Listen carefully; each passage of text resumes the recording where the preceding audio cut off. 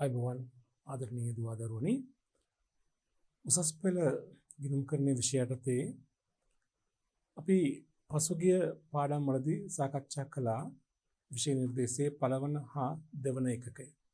ඒ තමයි පළවන එකකයේ ගිණුම් කරන්නේ හා ඒ අවශ්‍යතාවය පිළිබඳ කරුණු. දෙවන එකකයේ තුලින් ගනුදෙනු හා සිද්ධි නැසුරෙන් ගිණුම් කරන සමීකරණයේ විග්‍රහ කිරීම. අද අපි කරන්න බලාපොරොත්තු වන්නේ මෙම ඒකකයන් දෙකට අදාළ බහුවර්ණ හා කෙටි ප්‍රශ්න පත්‍රය සාකච්ඡා කිරීම. ඔබ දන්නවා උසස් පෙළ ගිණුම් කරන දැනුම විභාගයේදී ඔබෙන් මැනීම සිදු කරන ආකාර දෙකක් තියෙනවා. ප්‍රශ්න පත්‍ර දෙකක් තුලින් තමයි මැනීම කරන්නේ. පළවෙනි ප්‍රශ්න පත්‍රයේ බහුවර්ණ හා කෙටි ප්‍රශ්න පත්‍රය අපි නම් කරනවා. පැය දෙකක ප්‍රශ්න පත්‍රයක්. ඒ ප්‍රශ්න 50ක් තිබෙනවා. ඒදි බොහෝ විට බහුවර්ණ ප්‍රශ්න 30ක් සහ කෙටි ප්‍රශ්න 20ක් වශයෙන්. දෙවන ප්‍රශ්න පත්‍රය තමයි ව්‍යුහගත ප්‍රශ්න පත්‍රය. පැය 3ක ප්‍රශ්න පත්‍රයක්. එහි තිබෙනවා ප්‍රශ්න 6ක් ගණන් 6ක් ඔබට දෙනවා 5ක් තෝරාගෙන හදන්න. එතකොට පළවෙනි සහ දෙවෙනි පාඩම් ඒකකයන්ට අදාළව මේ අද සාකච්ඡා කරන ප්‍රශ්න පත්‍රය තුලින් අපි බලාපොරොත්තු වෙනවා ප්‍රශ්න 50ක් බහුවර්ණ ප්‍රශ්න 30කුත් කෙටි ප්‍රශ්න 2කුත් කෙටි ප්‍රශ්න 20කුත් සාකච්ඡා කරන්නට. මොකද දුවදරුවන් මුල සිටම හුරු වෙන්න ඕනේ ප්‍රශ්න පත්‍ර වලට මුහුණ දෙන ආකාරය අධ්‍යයනය කරන්න හදාරන්න. මොකද ප්‍රශ්න පත්‍ර දෙකටම බහුවර්ණ ප්‍රශ්න පත්‍රයටත් මුහුණ දෙන ආකාරය අපි අධ්‍යයනය කළ යුතුයි. ඒ වගේම ව්‍යුහගත ප්‍රශ්න පත්‍රයටත් අපි හුරු වෙන්නට ඕනේ. දැන් බහුවර්ණ ප්‍රශ්න පත්‍රයට මුහුණ දීමේ මතක තියාගන්න ඕනේ බහුවර්ණ ප්‍රශ්න පත්‍රය අහනවා ප්‍රශ්නයක් දීලා පිළිතුරු 4ක් හෝ 5ක් දීලා කියනවා වඩාත් නිවැරදි පිළිතුරු තෝරන්න ආදි වශයෙන්. එහිදී සමහරක් ප්‍රශ්නවලදී මතක තියාගන්න ළමයි ප්‍රශ්නේ දීලා පිළිතුරු 5ක් දෙනකොට ඒ පිළිතුරු 4ක් වැරදි එකක් නිවැරදි. එහෙම වුණොත් නිවැරදි පිළිතුරු තෝරන්නට ඕනේ. සමහරක් විට නිවැරදි පිළිතුරු කිහිපයක් තියෙන්න පුළුවන්. එතින්දී ප්‍රශ්නේ හැඩතලය වෙන්න පුළුවන් පහත සඳහන් පිළිතුරු අතරින් නිවැරදි පිළිතුරු වන්නේ කියන ඒ නිවැරදි පිළිතුරු අංක දීලා ප්‍රශ්න හදන්න පුළුවන්. ඉතින් අපි නිවැරදි පිළිතුරු කාණ්ඩයේ අයිති උත්තරය තෝරන්නට ඕනේ. සමහරක් වෙලාවට උත්තරේ බලාපොරොත්තු වෙන එක ප්‍රකාශනයක් විතරයි, එක පිළිතුරක් විතරයි. නමුත් නිවැරදි පිළිතුරු කිහිපයක් තියෙන්න පුළුවන්. එහෙම නම් අපි වග බලා ගන්න ඕනේ වඩාත්ම නිවැරදි පිළිතුරු තෝරන්න. හොඳයි. අන්නේ හුරුව ඒ අභ්‍යාසය තමයි අපි අද මේ ප්‍රශ්න පත්‍රය තුලින් කරන්නේ. මේක අපි නම් කරනවා ආදර්ශ ප්‍රශ්න පත්‍ර 1 කියලා. අපි ඉදිරි පාඩම් වලට මේ වගේ පාඩම් මේකකේ સિદ્ધාන්ත හඳුනා ගත්තයින් පස්සේ මේ එකකෙන් අදාළ ආදර්ශ ප්‍රශ්න පත්‍ර මේ ආකාරයෙන් වරින් වර සිදු කරන්න අපි බලාපොරොත්තු වෙනවා.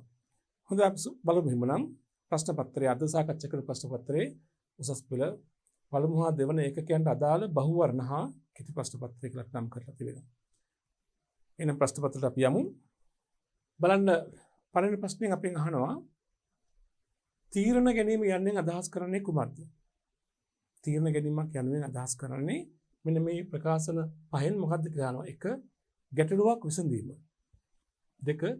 ගැටලුවක් සම්බන්ධ නැති පිරිවැය මන බැලීම. 3. ගැටලු තාර්කිකව අසත්‍ය කිරීම. 4. ගැටලුවක් සම්බන්ධයෙන් ඇති විකල්ප අතුරින් යම් විකල්පයක් තෝරා ගැනීම. 5. ඉහත සඳහන් සියල්ලම. ඒතර ඔබ දන්නවා අපි මෙන්න කලින් ඉගෙනගෙන තියෙනවා තීරණ ගැනීමක් කියලා කියන්නේ තෝරා ගැනීමක්. ඒ කියන්නේ යම් ගැටලුවක් සම්බන්ධයෙන් විකල්ප කිහිපයක් තියෙනකොට එහිදී එක් විකල්පයක් තෝරා ගැනීම තමයි තීරණ ගැනීම කියලා අපි අදහස් කළේ. එහෙනම් මෙතන නිවැරදි පිළිතුර වන්නේ මොකද්ද? අංක 4. අපි නම් හැම දිනම නිවැරදි පිළිතුර අංක 4 කියලා. ඒතර නිවැරදි පිළිතුරේ අංකය මේ ස්ථාන තුල යොදන්නට ඕනේ. එහෙනම් තමයි මේ ප්‍රශ්න විසඳගෙන යන්නේ. බලන්න දෙවෙනි ප්‍රශ්නේ ආර්ථික තීරණයක් යනවා. ඔබ දන්නවා තීරණ වර්ග දෙකක් තියෙනවානේ. ආර්ථික තීරණ සහ ආර්ථික නොවන තීරණ කියලා. මෙතන අහනවා ආර්ථික තීරණයක් කියන්නේ 1. කළමනාකරුවන් විසින් ගනු ලබන ඕනෑම තීරණයක්. 2. මූල්‍ය ප්‍රතිලාභයක් අපේක්ෂාවෙන් ගනු ලබන තීරණයක්. 3. මූල්‍ය වටිනාකමක් පදනම් නොවන තීරණයක්. 4. ආර්ථිකය තුළ ගනු ලබන තීරණයක්. 5. ඒ සඳහන් සියල්ලම. ඔබට මතක ඇති අපි තීරණ වර්ග දෙක හඳුනා ගත්තා. ආර්ථික තීරණ කිව්වේ කිසියම් මූල්‍යමය ප්‍රතිලාභයක් අපේක්ෂාවෙන් ගන්නා වූ තීරණ. ආර්ථික නොවන තීරණ කිව්වේ මූල්‍ය ප්‍රතිලාභයක් අන්තර්ගත නොවන තීරණ. તો එහෙනම් මෙතන අහන්නේ ආර්ථික තීරණයක් කියන්නේ මොකද්ද කියන එක. හරි උත්තරේ මොකද්ද? අංක 2. මූල්‍ය ප්‍රතිලාභයක් අපේක්ෂාවෙන් ගනු ලබන තීරණ. නිවැරදි උත්තරේ අංක 2. අපි යමු ප්‍රශ්න අංක 3ට. මූල්‍ය නොවන තොරතුරක්සේ සැලකිය හැක්කේ. මූල්‍යමය නොවන තොරතුරක්සේ සැලකිය හැක්කේ 1. ව්‍යාපාරයේ පිහිට ඇත්තේ මධ්‍යම පළාතේය. 2. ව්‍යාපාරික ගොඩනැගිල්ල වායු සමනය කර ඇත. 3. කළමනාකරුගේ වයස අවුරුදු 62යි. 4. සියලු නිෂ්පාදන ඉහළ ගුණත්වයෙන් පවතී. 5. ඊට සඳහන් සියල්ලම. දැන් මූල්‍ය තොරතුරු සහ මූල්‍ය නොවන තොරතුරු කියලා තොරතුරු වර්ග දෙකකට බෙදුවානේ. අපි මූල්‍ය තොරතුරු කිව්වේ මොකද්ද? වටිනාකම මුදල් නැමැති මාධ්‍යයෙන් මැන ඉදිරිපත් කර තිබෙන තොරතුරු. ව්‍යාපාරයේ ලාභය 50000යි, ව්යාපාරයේ වත්කම් 100000 ආදී වශයෙන්. මේ මූල්‍ය තොරතුරු. වටිනාකම මුදල් නැමැති මාධ්‍යයෙන් මැනලා ඉදිරිපත් නොවන තොරතුරු අපි කියන මූල්‍ය නොවන තොරතුරු. දැන් මේක අහන්නේ මූල්‍ය නොවන තොරතුරක්සේ සැලකිය හැක්කේ. බලන්න එකිනෙක අපි යමු. 1. ව්‍යාපාරයේ පිහිට ඇත්තේ මධ්‍යම පළාතේය. ඒක මුදලින් මැනලා තියෙනවද? නෑ. ඒක නම ඒක මොකද්ද? මූල්‍ය නොවන තොරතුරක්. 2. ව්‍යාපාර ගොඩනැගිල්ල වායු සමනය කර ඇත. එතන ඒක වායු සමනය කළා කිව්වට ඒ මූල්‍ය වටිනාකමක් දැක්වෙන්නේ නැහැ. මේකත් මොකද්ද? මූල්‍ය නොවන තොරතුරක්. 3. කළමනාකරුගේ වයස අවුරුදු 62යි. කළමනාකරුගේ වයස අවුරුදු වලින් කිව්වට මුදලින් මැනලා කියන්න බෑනේ, කියන්නත් බෑනේ. මේකත් මූල්‍ය නොවන තොරතුරක්. 4. සියලු නිෂ්පාදන ඉහළ ගුණත්වයෙන් පවතී. කියන්නේ ආයතනයේ නිෂ්පාදනය කර භාණ්ඩවල ගුණත්වය පවතී කියලා කියනවා. ඒකත් මුදලින් මැනලා නැහැ. මුදලින් මයින්න බෑ. එහෙනම් මූල්‍ය නොවන තොරතුරක්. එහෙනම් උත්තරේ මොකද්ද? මේ ඉහත සඳහන් සියල්ලම මොනවද? මූල්‍ය නොවන තොරතුරු. හරි උත්තරය අංක 5. බලන්න අපි ඊළඟ ප්‍රශ්න අංක 4. පහත තොරතුරු සම්බන්ධයෙන් නිවැරදි ප්‍රකාශනය වන්නේ. අපිට දෙනවා ප්‍රකාශන කිහිපයක්. මේ නිවැරදි ප්‍රකාශනය තෝරන්න ඕනේ. A. තොරතුරු තීරණ ගැනීම සඳහා භාවිත කරයි. B. මුදල් මාධ්‍යයෙන් වටිනාකම ඉදිරිපත් කරන තොරතුරු ආර්ථික තොරතුරු වේ. C. ව්‍යාපාරයේ පිහිට ඇත්තේ මනරම් පරිසරයකය. මේ මූල්‍යමය නොවන තොරතුරකි. අපෙන් අහන්නේ නිවැරදි ප්‍රකාශන වන්නේ මේ උත්තර පහෙන් මොකද්ද? 1 අහනවා A හා B පමණි, 2 B C පමණි, 3 A හා C පමණි, 4 A පමණි, 5 A B C යන සියල්ලම. දැන් ප්‍රශ්නයත් බලන්න පහසුදාන් තොරතුරු ආධාරයෙන් නිවැරදි ප්‍රකාශනය වන්නේ. ඒතර අපි බලමු මේ ප්‍රකාශන තුන නැවත. 1. තොරතුරු තීරණ ගැනීම සඳහා භාවිතා කරයි. ඒක හරි වාක්‍යයක්ද වැරදි වාක්‍යයක්ද? නිවැරදි වාක්‍යයක්ද වැරදි වාක්‍යයක්ද? තොරතුරු තීරණ ගැනීම සඳහා භාවිතා කරයි. හරිද වැරදිද? හරි. තොරතුරු අවශ්‍ය වෙන්නේ මොකටද? තීරණ ගන්න. එහෙනම් මේක ඒ කියන්නේ පළවෙනි වාක්‍ය නිවැරදි ප්‍රකාශනයක්. 2. මුදල් මාධ්‍යන වටිනාකම ඉදිරිපත් කරන තොරතුරු ආර්ථික තොරතුරු වේ. අපි මේක මොහොතකට කලින් කතා කළා. මුදලින් මැනලා ඉදිරිපත් කරන තොරතුරු මොනවාද? ආර්ථික තොරතුරු. එහෙනම් දෙවෙනි ප්‍රකාශනය නිවැරදි. 3. ව්‍යාපාරයේ පිහිට ඇත්තේ මනරම් පරිසරයකය. මේ මූල්‍ය නොවන තොරතුරකි. දැන් C ප්‍රකාශනය කියන්නේ ව්‍යාපාරයේ පිහිටා තිබෙන්නේ මනරම් ප්‍රදේශයක. හැබැයි ඒක අපිට මුදලින් මැනලා ඉදිරිපත් කරන්න පුළුවන් කමක් නැහැ. ඒ කියන්නේ මූල්‍යමය නොවන තොරතුරක්. ඒ නිසා මේ ප්‍රකාශන තුනම නිවැරදි. එහෙනම් හරි උත්තරේ මොකද්ද? 5. A B C යන සියල්ලම නිවැරදි ප්‍රකාශන නේද? හරි උත්තරේ අංක 5. බලමු ඊළඟ ප්‍රශ්නයේ ප්‍රශ්න අංක 5. මොකද කියන්නේ? ආයතනයක මූල්‍ය ගිණුම්කරණයේ මූලික අරමුණ වන්නේ. අපිට මතක ඇති ගිණුම්කරණයේ අරමුණු තිබුණා. මූල්‍ය ගිණුම්කරණයේ අරමුණු තියෙනවා. කළමනාකරණ ගිණුම්කරණයේ අරමුණු තියෙනවා. ගිණුම්කරණයේ ප්‍රභේදයන් දෙකනේ මූල්‍ය ගිණුම්කරණය සහ කළමනාකරණ ගිණුම්කරණය. ඒත් මෙතෙන් අහන්නේ මූල්‍ය ගිණුම්කරණයේ මූලික අරමුණ වන්නේ මොකක්ද? 1. තීරණ ගැනීමට කළමනාකරුවන්ට තොරතුරු සැපයීම. 2. ආදායම් මත බදු අය කිරීම සඳහා රජයට තොරතුරු සැපයීම. 3. මූල්‍ය ප්‍රකාශන පිළිබඳව මතයක් පළ කිරීම සඳහා විගණකවරුන්ට තොරතුරු සැපයීම. 4. මූල්‍ය ප්‍රකාශන ගිණුම් කරන ප්‍රමිති වලට අනුකූලව වීම අධීක්ෂණය කිරීමට තොරතුරු සැපයීම. 5. ආයතනයේ පිළිබඳ ඇල්මක් දක්වන බාහිර පාර්ශවයන්ට තීරණ ගැනීම සඳහා තොරතුරු සැපයීම. දැන් බැලූ බැල්මට මූල්‍ය ගිණුම්කරණයෙන් මේ සියල්ලම සිද්ධ වෙනවා. පිළිතුරු සියල්ලම නිවැරදි බවක් බැලූ බැලමට පේනවා. ඒ වගේ අවස්ථාවක වඩාත්ම නිවැරදි පිළිතුරු තමයි තෝරන්න ඕනේ. දැන් බලන්න නැවතත් තීරණ ගැනීමට කළමනාකරණ තොරතුරු සැපීම. දැන් කළමනාකරුවන්ට තොරතුරු සපයන ගිණුම්කරණයේ ප්‍රධානතම ගිණුම්කරණයේ කළමනාකරණ ගිණුම්කරණය. නමුත් මූල්‍ය ගිණුම්කරණය මගින් ඉදිරිපත් වන තොරතුරුත් කළමනාකරුවෝ පරිහරණය කරනවා. එහෙම නැහැ කියන්න බෑ.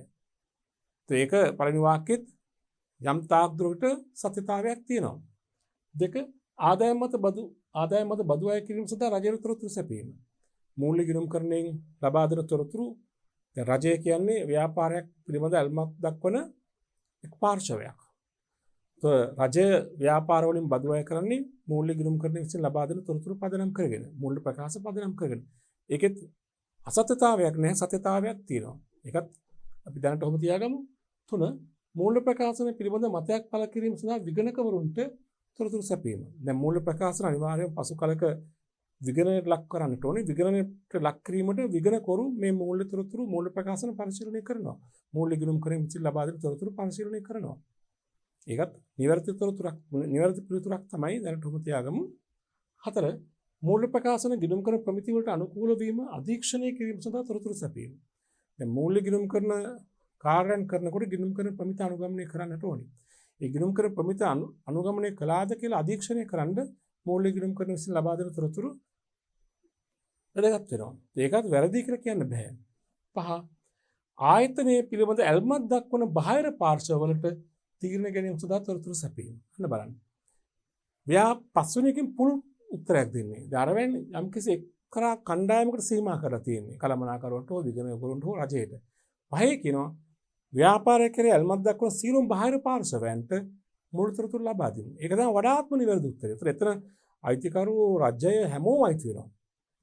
උනන්දුවක් දක්වන සියලු පාර්ශවයන්ට තොරතුරු ලබා දීම. ඒ නිසා වඩාත්ම නිවැරදි උත්තරේ මේ වාක්‍ය පහම නිවැරදි වුණත් වඩාත්ම නිවැරදි උත්තරේ මොකද? අංක 5.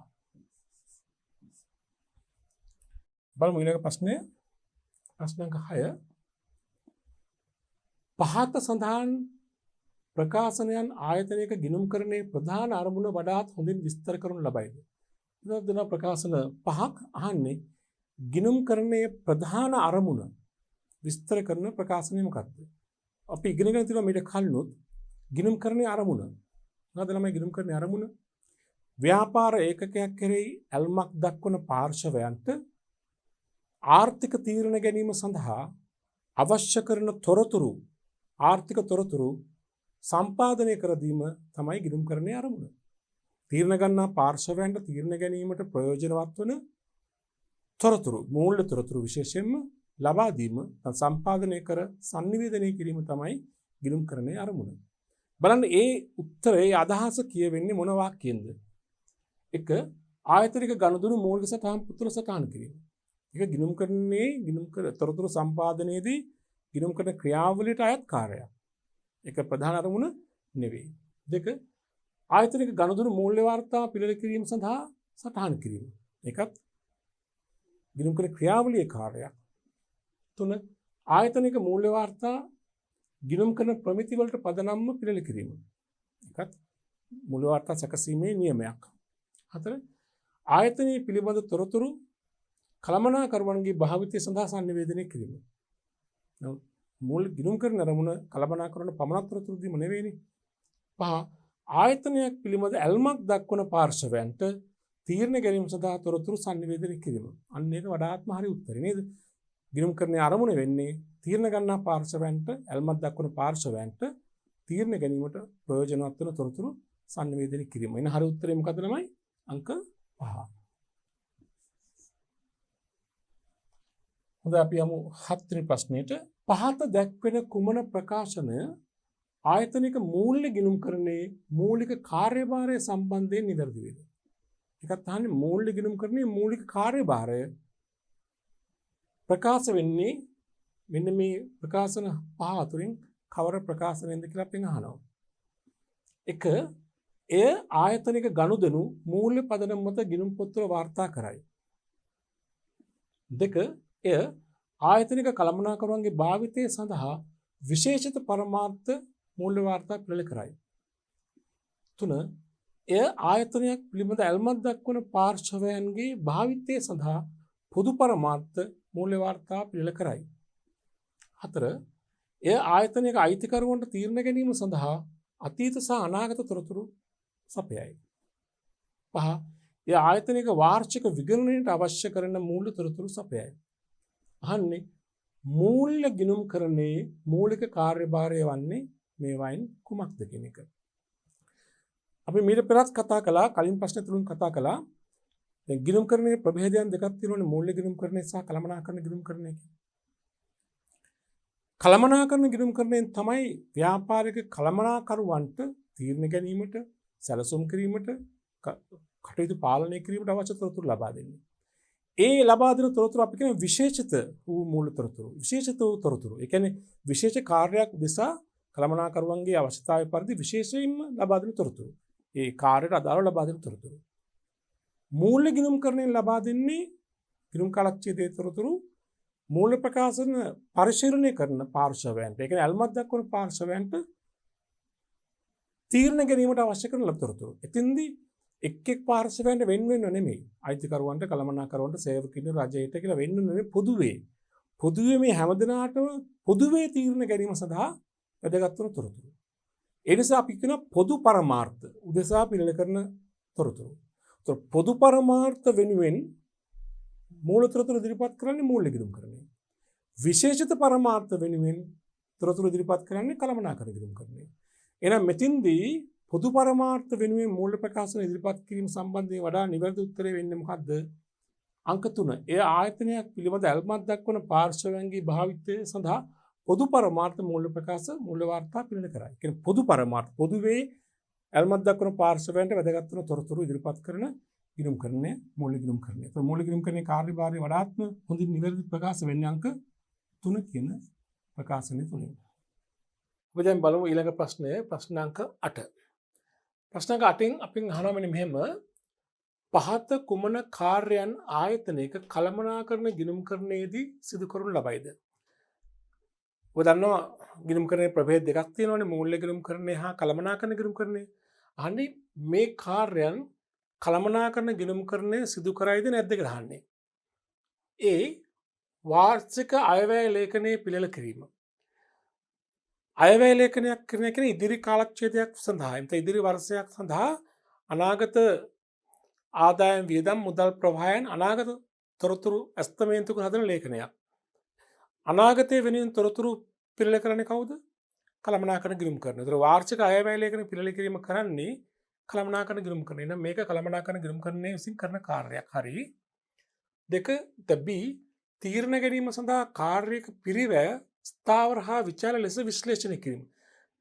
ඔබ දන්නවා කළමනාකරණ ගිණුම්කරණය හැම වෙලාවෙම තොරතුරු ලබා දෙන්නේ තීරණ ගැනීම සඳහා. තීරණ ගැනීමට පෙර ගත්තු තීරණ වල ප්‍රතිඵල තමයි මූල්‍ය ගිණුම්කරණය දෙන්නේ. තීරණ ගැනීමේ කාර්යය සඳහා යම් කාර්යයක පිරිවැය ස්ථාවර හා විචල්්‍ය ලෙස විශ්ලේෂණය කර දැක්වීම කරන්නේ කවුද? එමනම් කළමනාකරණ ගිණුම්කරණය. නම් මේ B කියන දේ කළමනාකරණ ගිණුම්කරණය මගින් සිද්ධ වෙනවා. C ප්‍රසිද්ධ කිරීම සඳහා මුදල් ප්‍රවාහ ප්‍රකාශන පිළිල කිරීම. අනිවාර්යෙන් මුදල් ප්‍රවාහ ප්‍රකාශන පිළිල කිරීම කරන්නේ මූල්‍ය ගිණුම්කරණය. මූල්‍ය ගිණුම්කරණය පිළිල කරන වාර්තා පහක් තියෙනවානේ මූල්‍ය ප්‍රකාශන. ඉතින් එකක් තමයි මුදල් ප්‍රවාහ ප්‍රකාශන. එහෙනම් මේක කළමනාකරණ ගිණුම්කරණයට අයිති නැහැ. D ව්‍යාපෘතියක් ඇගීම සඳහා මුදල් ප්‍රවාහ ඇස්තමේන්තු කිරීම. ව්‍යාපෘතියක ඇගීම් කටයුතු කරන මුදල් ප්‍රවාහ අනාගත මුදල් ලැබීම් ගෙවීම් ඇස්තමේන්තු කිරීමක් කරන්නේ. ඇස්තමේන්තු කිරීම අනිවාර්යයෙන්ම කරන්නේ කවුද? කළමනාකරණ ගිණුම්කරණය. මේකත් එනවා. එහෙමනම් අපෙන් අහන්නේ පහත කුමන කාර්යයන් ආයතනයක කළමනාකරණ ගිණුම්කරණය මගින් සිදු කරනු ලබයිද? එන උත්තරය වෙන්නේ A B D. A B හා D. A B හා D කියන අංක 3. එතකොට නිවැරදි පිළිතුර වෙන්නේ මොකක්ද? අංක 3. ප්‍රශ්න අංක 8 සඳහා නිවැරදි පිළිතුර අංක 3. අංක 9. නව ගිණුම්කරණ ප්‍රමිතියක් හඳුන්වා දීම අයත් වන්නේ ගිණුම්කරණයට බලපාන කුමන පරිසර සාධකයට අදාළවද? ඔබ දන්නවා ගිණුම්කරණ කටයුතු කරේ බලපාන පරිසරයක් තියෙනවා. ඒ පරිසරය අපි නම් කරනවා ගිණුම්කරණ පරිසරය කියලා. පරිසරය මතකද? ආර්ථික හා දේශපාලන පරිසරය එක, නෛතික පරිසරය, ශිල්පීය හා වෘත්තීය පරිසරය, සමාජ හා සංස්කෘතික පරිසරය, තාක්ෂණික පරිසරය කියලා පරිසරය අපි කොටස් 5කට බෙදුවා. ඒතර මෙතින් දහන්නේ නව ගිණුම් කරන ප්‍රමිතියක් හඳුන්වා දීම මේ පහෙන් අයිති වන්නේ කවර පරිසරයේ බලපෑමක්ද? 1 ආර්ථික හා දේශපාලන පරිසරය, 2 නෛතික පරිසරය, 3 තාක්ෂණික පරිසරය, 4 ශිල්පීය හා වෘත්තීය පරිසරය, 5 සමාජ හා සංස්කෘතික පරිසරය. අලුත් ගිණුම් කරන ප්‍රමිත හඳුන්වා දෙන්නේ කවුද?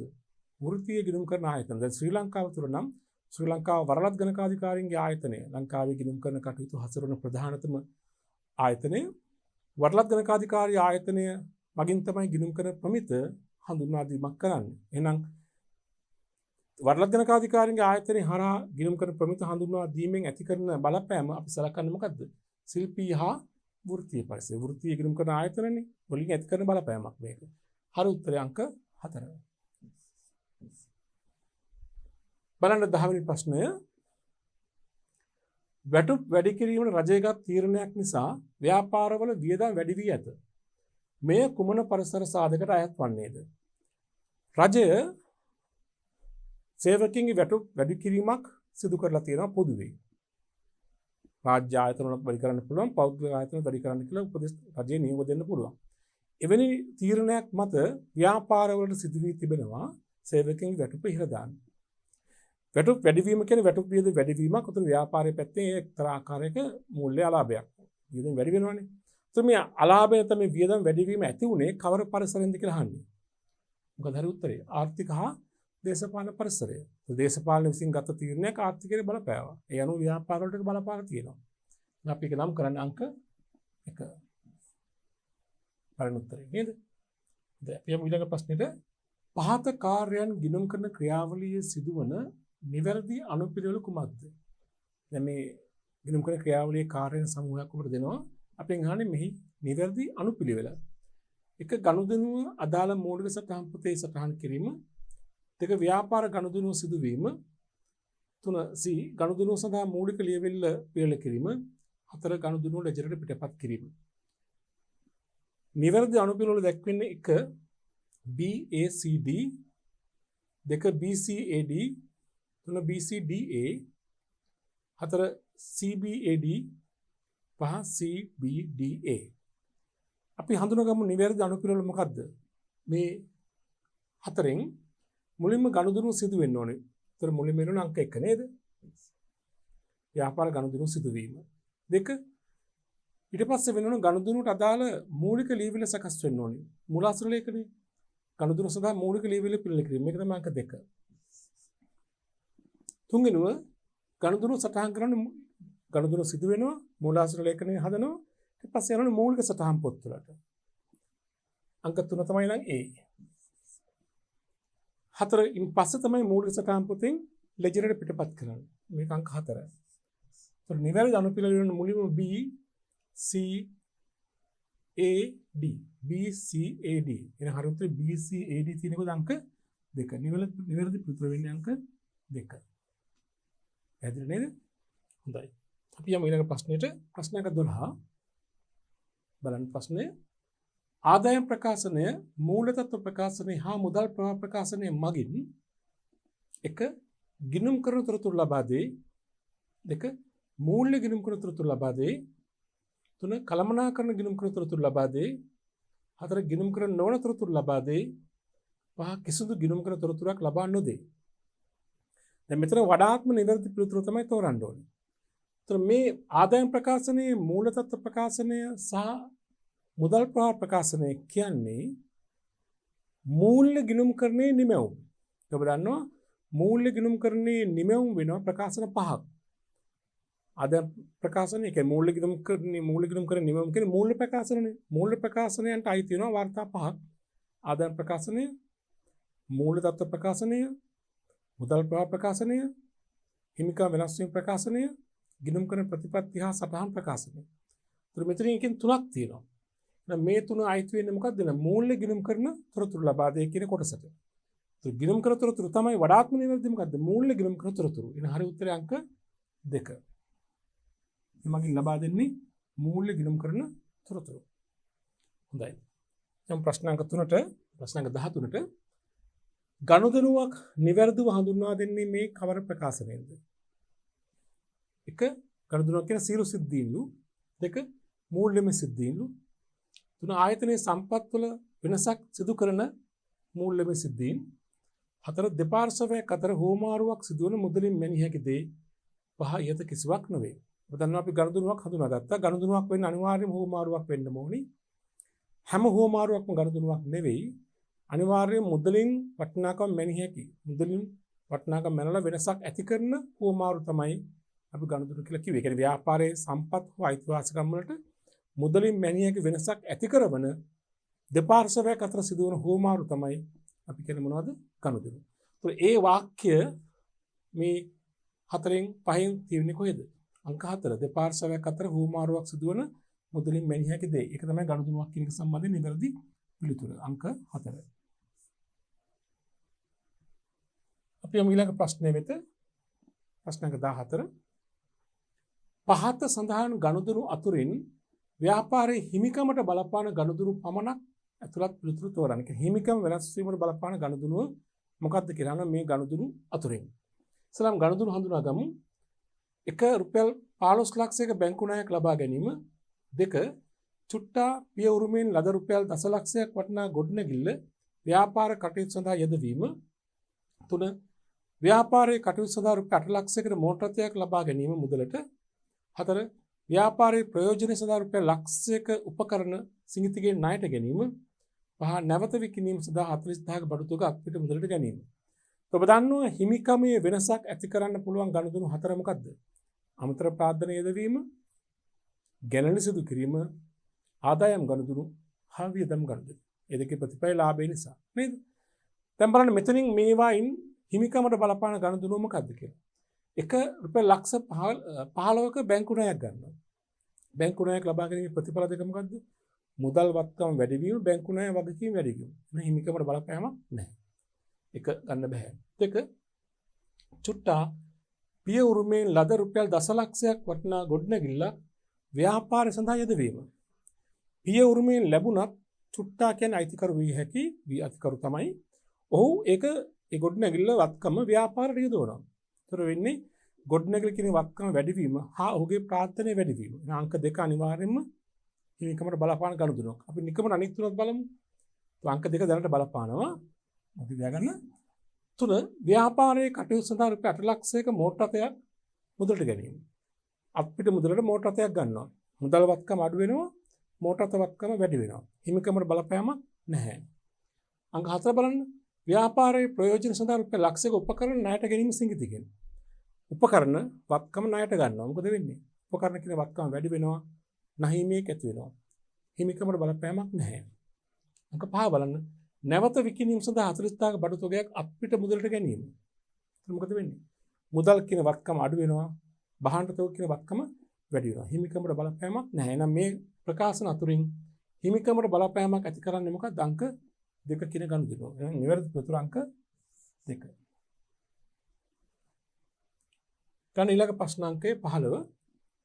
පහත සඳහන් ගනුදෙනු අතුරින් හිමිකම හා වත්කම අඩුවීමට බලපාන ගනුදෙනු තෝරන්න. ගනුදෙනු කීපයක් දෙනවා. හිමිකමයි වත්කමයි දෙකම අඩු වෙන්න බලපාන ගනුදෙනු. බලන්න ගනුදෙනු ටික 1 බැංකුවෙන් රුපියල් 2 ලක්ෂයක ණයක් ගැනීම. 2 රුපියල් 50000ක තොගයක් අපිට මුදලට ගැනීම. 3 අයිතිකරුවෙන් බහඬ ගැනලි 10,000යි.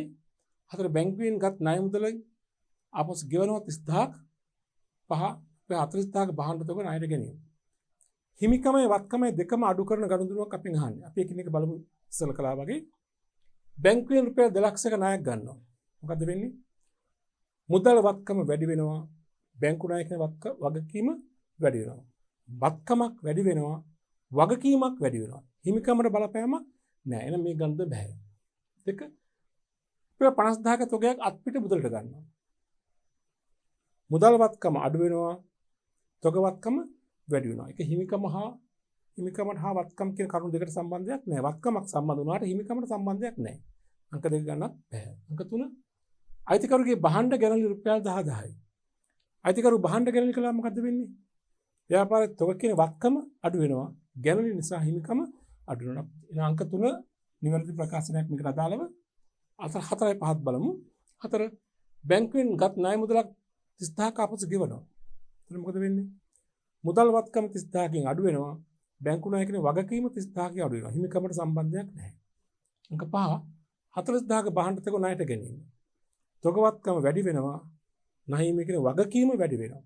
එහෙනම් වත්කම් හා හිමිකම් දෙකම අඩුවීමට බලපාන ගනුදෙනු මොකද අංක 3 අයිතිකරුගේ බහන්ට ගැනීම. නිවැරදි පිළිතුර අංක 3. අපි යමු ඊළඟ ප්‍රශ්නෙට. ප්‍රශ්න අංක 16 පහත සඳහන් ප්‍රකාශන අතුරින් එකක් හැර අනෙක් ඒවා නිවැරදි වේ. වැරදි ප්‍රකාශය තෝරන්න. අන්න ප්‍රවේශම් වෙන්න. ප්‍රකාශන මෙතන දෙනවා 5ක්. මේ පහෙන් එකක් හැර අනෙක් 4 නිවැරදි. කියන්නේ නිවැරදි පිළිතුරු තියෙනවා. නිවැරදි ප්‍රකාශන තියෙනවා 4ක්. නිර්වාද ප්‍රකාශන 4යි, සාවද්ද ප්‍රකාශන 1යි. 1යි වැරදි. අපෙන් අහන්නේ වැරදි ප්‍රකාශනය තෝරන්න. කියන්නේ සාවද්ද ප්‍රකාශනය තෝරන්න ඕනේ. කියන්නේ 4ක් නිවැරදි. වැරදි එක තමයි හොයන්න කියන්නේ. බලන්න. අයිතිකරුවන් හැර වෙනත් බාහිර පාර්ශවයන් ව්‍යාපාරයට සම්පත් සඳහා දායක වී ඇති විටක ගිණුම් කරන සමීකරණයේ වත්කම් සමානයි හිමිකම දන වගකීම් වේ. ඒක තේරුම් ගන්න. අයිතිකරුවන් හැර වෙනත් බාහිර පාර්ශවයන් ව්‍යාපාරයට සම්පත් සඳහා දායක වෙලා තිබෙනවා. ඒ කියන්නේ අයිතිකරුත් ඉන්නවා, බාහිර පාර්ශවෙත් ඉන්නවා. මේ දෙගොල්ලම ව්‍යාපාරයට සම්පත් සඳහා දායක වෙලා නම් ගිණුම් කරන සමීකරණයේ හැඩතලය වෙන්නේ වත්කම් සමානයි හිමිකම දන වගකීම. හරිද? අයිතිකරුවන් යුතු සම්පත් හිමිකම අනිවාර්යම අයිතිකරුවන් ඉන්නේ මේ හිමිකම බාහිර පාර්ශවයන් දායක ප්‍රමාණය වගකීම් මේ දෙක එකතු මොකද්ද? වත්කම. එහෙනම් පළවෙනි ප්‍රකාශනය මොකද්ද? ඒක නිවැරදි ප්‍රකාශනයක්. අපෙන් අහන්නේ වැරදි ප්‍රකාශනය නේද? දෙක ව්‍යාපාරයකට එහි අයිතිකරුගෙන් හා ඔහුට අයත් වෙනත් ව්‍යාපාර කටයුතු වලින් ස්වාධීන ප්‍රයත්නක් ඇත. ව්‍යාපාර ඒකකයට ව්‍යාපාරයට එහි අයිතිකරුගෙන් හා ඔහුට අයත් වෙනත් ව්‍යාපාර වලිනුත් ස්වාධීන ප්‍රයත්නක් ඇත. ඔබ දන්නවා ගිණුම් කරන ඒකක සංකල්පය අනුව ඇති කරගන්නා මූලික උපකල්පනය මොකද්ද? ව්‍යාපාර ඒකකයට ස්වාධීන ප්‍රයත්නක් තියෙනවා. කාගෙන්ද? අයිතිකරුගෙන්. ඔහු අයිතිකරුගේ වෙනත් ව්‍යාපාරවලින්. දැන් අපි තුන් නිමල් කියන ව්‍යාපාරිකයාට තියෙනවා A B C D කියලා අපිට ව්‍යාපාර 4ක්. ඒතකොට ඒගේ ව්‍යාපාරයේදී කටයුතු කරනකොට නිමලුත් අපි සලකන්නේ බාහිර පුද්ගලෙක් වශයෙන් කියන නිමල්ගෙන් ස්වාධීනයි. B C D කියන නිමල්ගේ අනෙක් ව්‍යාපාර වලින් ස්වාධීනයි. අපි බලන්නේ ඒගේ ව්යාපාරයේ කනදුරු පමණයි. ඒ නිසා හැම වෙලාවෙම අයිතිකරුගෙන් සහ ඔහුගේ වෙනත් ව්‍යාපාර වලින් ව්‍යාපාරයට ස්වාධීන ප්‍රයත්නක් උපකල්පනය කරනවා. එන මේ ප්‍රකාශනයත් නිවැරදි. තුන මූල්‍ය මිනුම් සංකල්පයෙන් අදහස් වන්නේ මුදලින් අගය කළ හැකි ගනුදෙනු හා සිද්ධීන් පමණක් වාර්තා කරන බව. ඔබ දන්නවා ගිණුම් කරන්නේදී මඟ පෙන්වන තව සංකල්පයක් තමයි මූල්‍ය මිනුම් සංකල්පය. එම සංකල්පයෙන් අපිට කියා දෙන්නේ මොකද්ද?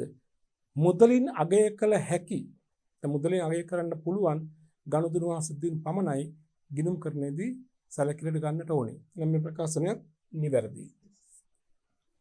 4 ව්‍යාපාරයක වත්කම් වෙනස් වෙන විට හිමිකම අඩුවීමක් හෝ වැඩිවීමක් සිදු වේ. වත්කම් වෙනස් වන විට හිමිකමේ අඩුවීමක් හෝ වැඩිවීමක්ද සිදු වේ. ව්‍යාපාරයේ වත්කම් යම් අවස්ථාවක වෙනස් වෙනවා නම් ඊට ඒ ප්‍රමාණයෙන් හිමිකම අඩුවීමක් හෝ වැඩිවීමක් සිදු වේ කියලා කියනවා. ඒක හරිද? දැන් අපි දන්නවනේ ගිණුම් කරන සමීකරණය වත්කම් සමාන හිමිකම දන වගකීම. ඒක වත්කම් වෙනස් වෙන මේ කියන විදිහට වත්කම් වෙනස් වෙන විට හිමිකමද වෙනස් වෙනවා කියන එකයි. වත්කම් වෙනස් වෙන්න බැරිද හිමිකම වෙනස් නොවි? පුළුවන්. වත්කම් සහ වගකීම් වලට සම්බන්ධ ගනුදෙනු තියෙනවා. බැංකුවෙන් ණයක් ගත්තා. වත්කම් වැඩි වෙනවා. වගකීමක් වැඩි වෙන්නේ. හිමිකමට සම්බන්ධයක් නැහැ. ඒතර හිමිකම වැඩිවීමක් හෝ අඩුවීමක් නොවි වත්කම් වෙනස් වෙන්න පුළුවන්. නම් මේ කියන විදිහට වත්කම් වෙනස් වෙන විට හිමිකමේ වැඩිවීමක් හෝ අඩුවීමක් සිදු වෙන්න ඕනෙලු. එහෙනම් මේ ප්‍රකාශනය නිවැරදි නැහැ, වැරදි. අංක 5 බලන්න. ව්‍යාපාරික වගකීම් වෙනස් වීම වත්කම් වලින් මෙන්ම හිමිකමේ බලපෑම් සිදු වේ. වගකීමක වැඩිවීමක් හෝ අඩුවීමක් වෙනවා නම් යනිත් බලපෑම වෙන්න තියෙන්නේ එක්ක වත්කම් වලටලු නැත්නම් හිමිකම් වලටලු. හරිනේ. වගකීමක් වෙනස් වෙනවා නම් ඊට සමානුපාතිකව එක්ක වත්කම් හෝ හිමිකමේ වෙනසක් ඇති වෙන්න ඕනේ. දැන් බලන්න නහීමෙන්ට මුදල් ගෙවුවා. වගකීමක් අඩු වෙනවා. අනිත් පැත්තෙන් මුදල් කියන වත්කම අඩු වෙනවා. එමෙතන බහන්ට තක ණයට ගත්තා. වගකීමක් වැඩි වෙනවා. අනිත් පැත්තෙන් තක වත්කම වැඩි වෙනවා. තව ගණන් තුනක් කරනකො. ඒතර වත්කම වගකීම වෙනස් වෙනවා. වගකීම් සමග වත්කම් වෙනස් වෙනවා එතන. තව බලන්න. නහිමියන්ගේ වට්ටමක් ලැබුණා. නහිමියකට වගකීම් වැඩි වෙනවා. නහිමියන්ගේ වගකීම් අඩු වෙනවා. අනිත් අතින් ඒ ලද වට්ටම් කියන ආදායමක් ඒ නිසා හිමිකම වැඩි වෙනවා. ඒ කියන්නේ වගකීමක වෙනසක් ඇති වෙනවා නම් ඒ අනිත් ප්‍රතිඵලය යන්නේ කොහාටද? එක්ක වත්කමකට නැත්නම් හිමිකමට. මේ කතාවෙන් කියන්නේ වගකීමක් වෙනස් වන විට වත්කම් වලින් මෙන්න හිමිකමද බලපෑමක් සිදු වෙන්න පුළුවන්. මේ ප්‍රකාශනය නිවැරදියි. එහෙනම් ගත්තාම බලන්න මේ ප්‍රකාශන පහෙන් වැරදි ප්‍රකාශය වෙන්නේ මොකද්ද? අංක 4. ප්‍රශ්න අංක 16 සඳහා උත්තරේ අංක 4. අපි යමු ප්‍රශ්න අංක 17ට. පහත සඳහන් ගනුදෙනු අතුරින් වත්කම් හා හිමිකම් අඩුවීමට බලපාන ගනුදෙනු තෝරන්න. වත්කම් ඒ වගේම හිමිකම්. වත්කමක් හිමිකමක් දෙකම අඩු වෙන්න පුළුවන් ගනුදෙනු අපෙන් අහන්නේ. පැහැදිලිනේ? වත්කමකුත් අඩු වෙනවා හිමිකම අඩු වෙන්නත් ඕනේ. බලමු අපි එකින් එක. බැංකුවෙන් රුපියල් 2 ලක්ෂයක ණයක් ගත්තා. මොකද වෙන්නේ? මුදල් වත්කම වැඩි වෙනවා. බැංකු ණය කියන වගකීම වැඩි වෙනවා. તો වත්කම් වගකීම් දෙකම වැඩි වෙනවා. නමුත් අපි අහන්නේ වත්කම් හිමිකම් අඩුවීම. එහෙනම් පළවෙනි ප්‍රකාශනය නිවැරදි නැහැ. මේක ගන්න බෑ අපිට නේ. 2 50000ක තොගයක් අත්පිට මුදලට ගන්නවා. මුදල් කියන වත්කම අඩු වෙනවා, භාණ්ඩ තොග කියන වත්කම වැඩි වෙනවා. ඒතර ඒකේ හිමිකමට බලපෑමක් නැහැනේ. අපෙන් අහලා තියෙන වත්කමක් අඩු වෙන්නත් ඕනේ, හිමිකම අඩු වෙන්නත් ඕනේ. දෙවෙනි එකෙන් වත්කමක් වැඩි වී වත්කමක් අඩු වෙනවා. ඒකක් ගන්න පුළුවන් කමක් නැහැ. තුන්වෙනි එක බැංකුවෙන් ගත්ත ණය මුදලින් රුපියල් 30000ක් ආපසු ගෙවනවා. ඒතර මොකද වෙන්නේ? මුදල් වත්කම අඩු වෙනවා. බැංකු ණය කියන වගකීම අඩු වෙනවා. તો වත්කම් හා වගකීම් අඩු වෙනවා. හැබැයි වත්කම් හිමිකම් නෙවෙයි. අපෙන් අහන්නේ වත්කම් හා හිමිකම අඩුවීමක් නේ. මේකේ වෙන්නේ වත්කම් හා වගකීම් අඩුවීමක්. දැන් මේ උත්තරේ ගන්න පුළුවන් කමක් නැහැ. අයිතිකරුගේ භාණ්ඩ ගැලණි 10,000යි. මොකද වෙන්නේ? තොග වත්කම අඩු වෙනවා. ගැලණි හේතුවෙන් හිමිකම අඩු වෙනවා. වත්කමකුත් අඩු වෙනවා. තොග හිමිකමකුත් අඩු වෙනවා. ගැලණි නිසානේ. මේ ප්‍රකාශනය නිවැරදි අපිට. පහත් බලමු. 60000ක භාණ්ඩ තොග ණයට ගැනීම. ඒතර තොග කියන වත්කම වැඩි වෙනවා. නහිමියන් වැඩි වෙනවා. වත්කමක් වගකීමක්. වත්කමක් වැඩි වෙනවා වගකීමක් වැඩි වෙනවා. අපෙන් අහන්නේ වත්කම් සහ හිමිකම්නේ. දැන් මේකත් ගන්න බෑ. එහෙනම් මේ අපෙන් අහලා තියෙන වෙනස් වීම් දෙකට ගැලපෙන උත්තරේ මොකද? අංක 4. නිවැරදි පිළිතුර අංක 4. අපි යමු ඊළඟ ප්‍රශ්න අංකයට 18. මොකද අහන්නේ? ආයතනයක් විසින් යන්ත්‍රයක් නඩත්තු කිරීම සඳහා රුපියල් 8,000ක් ගෙවලා තියෙන මුදලින්. යන්ත්‍රයක් නඩත්තු කරන රුපියල් 8,000ක මුදලක් ගෙවලා තියෙනවා. මෙම ගනුදෙනුවේ බලපෑම ගිණුම් කරන සමීකරණය පෙන්වන්න. මතකද ගිණුම් කරන සමීකරණය? වත්කම් සමානයි හිමිකම ධන වගකීම්නේ. අහන්නේ රුපියල් 8,000ක් යන්ත්‍ර නඩත්තු වියදම් සඳහා වැය කළා නම් සිදුවෙන දේ. රුපියල් 8,000ක යන්ත්‍ර නඩත්තු වියදමක් ගෙවුවම මොකද වෙන්නේ? වත්කමක් අඩු වෙනවා. මොකද්ද? මුදල්. වත්කම් පැත්ත මුදල් අඩු වෙනවා 8,000ක් නේ. අනෙක් අතට යන්ත්‍ර නඩත්තු වියදම් කියන්නේ වියදමක්. ව්‍යාපාරයේ පවත්වාගෙන යාම සඳහා දරුවෝ මෙහි වියදමක්. ඒත් වියදමක් වැඩි වෙනවා. වියදමක් වැඩි වීම නිසා සිද්ධ වෙන්නේ මොකද්ද? වියදමක් වැඩි වෙනකොට ලාභය අඩුයි. ඒ නිසා හිමිකම අඩුයි. හිමිකම අඩු වෙනවා. තුනෙන් බලන්න මේකෙන් වෙන්න ඕනේ දේ වත්කම් අඩුවීම 8,000යි හිමිකම අඩුවීම 8,000යි. බලන්න ඒ උත්තරේ තියෙන්නේ කොතනද? 1 8,000කින් වත්කම් අඩුවීම හා 8,000කින් වගකීම් වැඩිවීම. වගකීම් අඩුවීම. ඒක ගන්න පුළුවන්ද? බෑ. මේක වැරදි. 2 8,000කින් වත්කම් අඩුවීම 8,000කින් වගකීම් වැඩිවීම. ඒකත් ගන්න පුළුවන්ද? බෑ. 3 8,000කින් වත්කම් අඩුවීම හා 8,000කින් හිමිකම අඩුවීම. අන්න ඒක ගන්න පුළුවන් නේ. 4 බලන්න 8,000කින් වත්කම අඩුවීම 8,000කින් හිමිකම වැඩිවීම. හිමිකම අඩු වෙන්න එපා. ඒක ගන්නත් බෑ. 5 8,000කින් වත්කම අඩුවීම 8,000කින් වත්කම් වැඩිවීම. ඒක ගන්න බෑ. එහෙනම් නිවැරදි උත්තරේ මොකද? අංක 3. මේ ගණුදුනේ ප්‍රතිපල දෙක වෙන්න ඕනි. වත්කම් අඩුවීම සහ හිමිකම අඩුවීම. නිවැරදි පිළිතුර අංක 3. අපි යමු ඊළඟ ප්‍රශ්නෙට. අංක 19. හොඳට බලන්න. ව්‍යාපාර ආයතනයක් විසින් 10%ක වෙළඳ වට්ටමකට යටත්ව ලකුණු කළ මිල රුපියල් 2 ලක්ෂයක් වූ භාණ්ඩ ණය පදනමක් මත මිලදී ගන්නවා.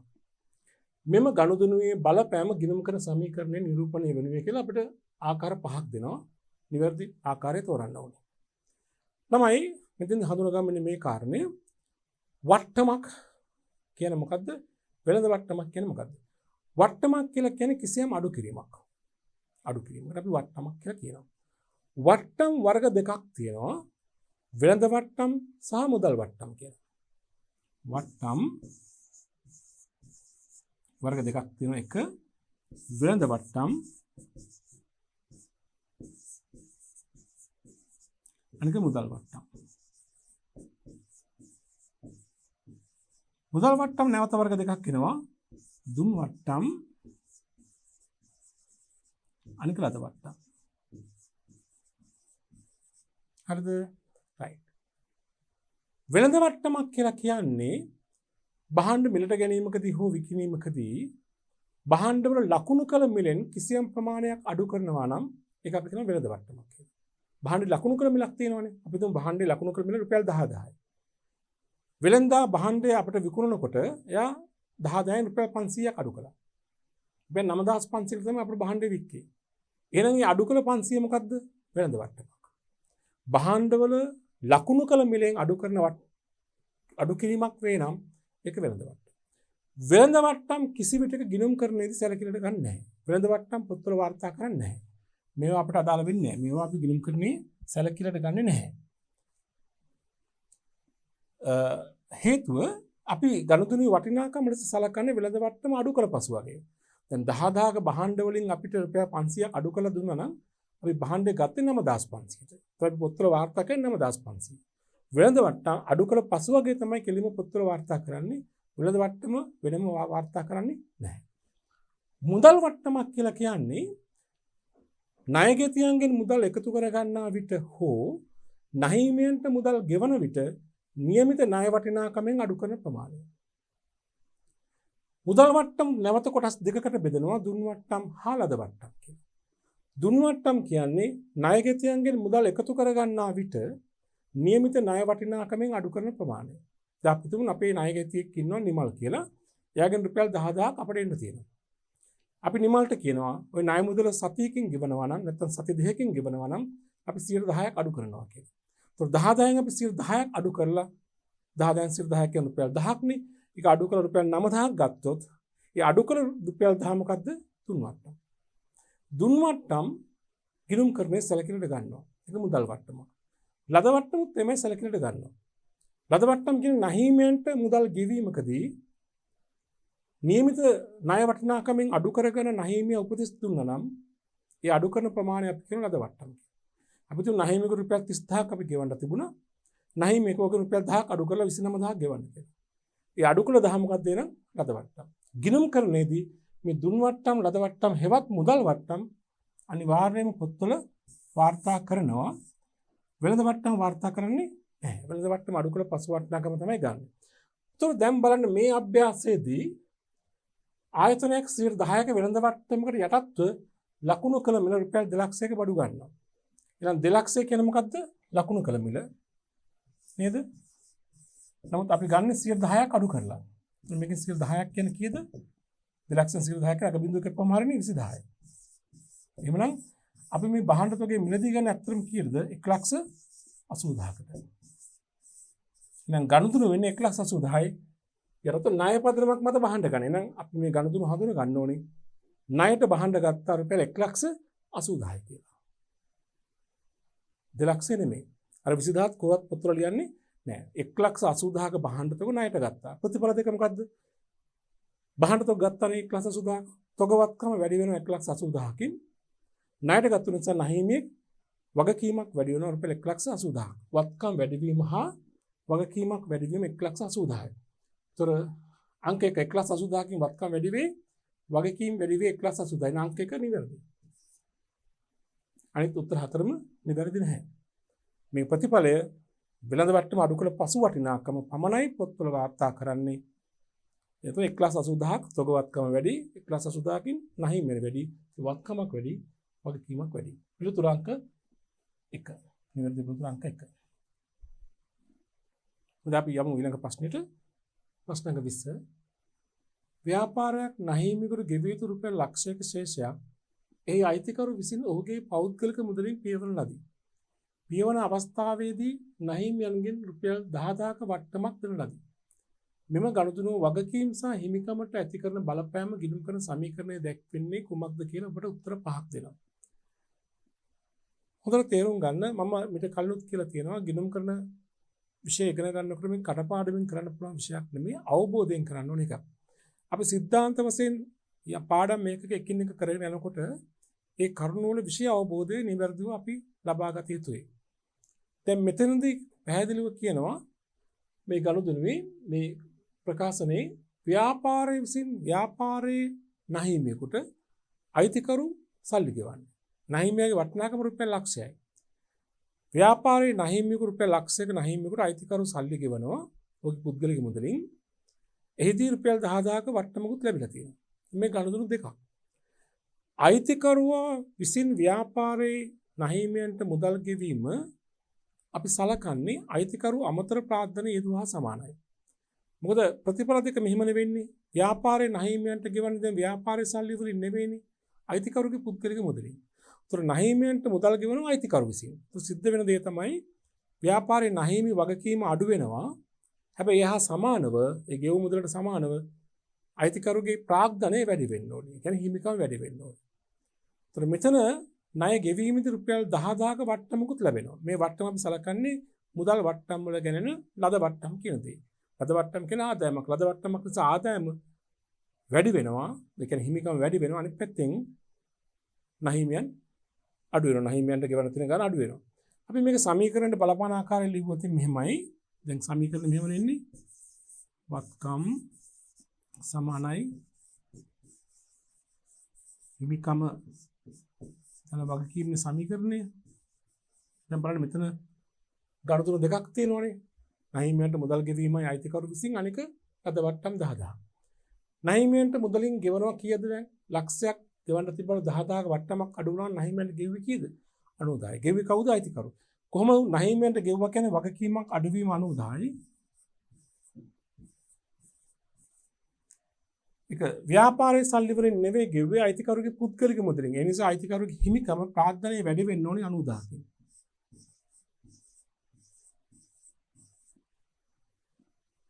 අනික් බලපෑම රුපියල් 10000ක වට්ටමක් ලැබෙනවා. නහිමියන්ගේ ලද වට්ටම් 10000ක දිත්ත ප්‍රතිඵලය මොකද්ද? ලද වට්ටම් නිසා නහිමියන්ට ගෙවන්න තියෙන ගාන අඩු වෙනවනේ තව 10000කින්. දැන් ලක්ෂයක් ගෙවන්න තිබුණ 90000ක් ගෙවුවොත් 10000 ලද වට්ටම් වලින් පියවි යනවා. ඒත් ලද වට්ටම් නිසා නහිමි කියන වගකීම 10000කින් අඩු වෙනවා. ලද වට්ටම් කියන ආදායමක් ආදායම නිසා හිමිකම මොකද වෙන්නේ 10000කින් වැඩි වෙනවා.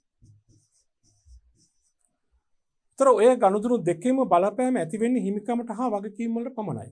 අපි අහලා තියෙන හිමිකම හා වගකීම ඇති කර බලපෑම තමයි අහලා තියෙන්නේ. මේ ගනුදෙනුවේ ප්‍රතිඵලයේ වගකීම් සහ හිමිකම සිදුවන බලපෑම.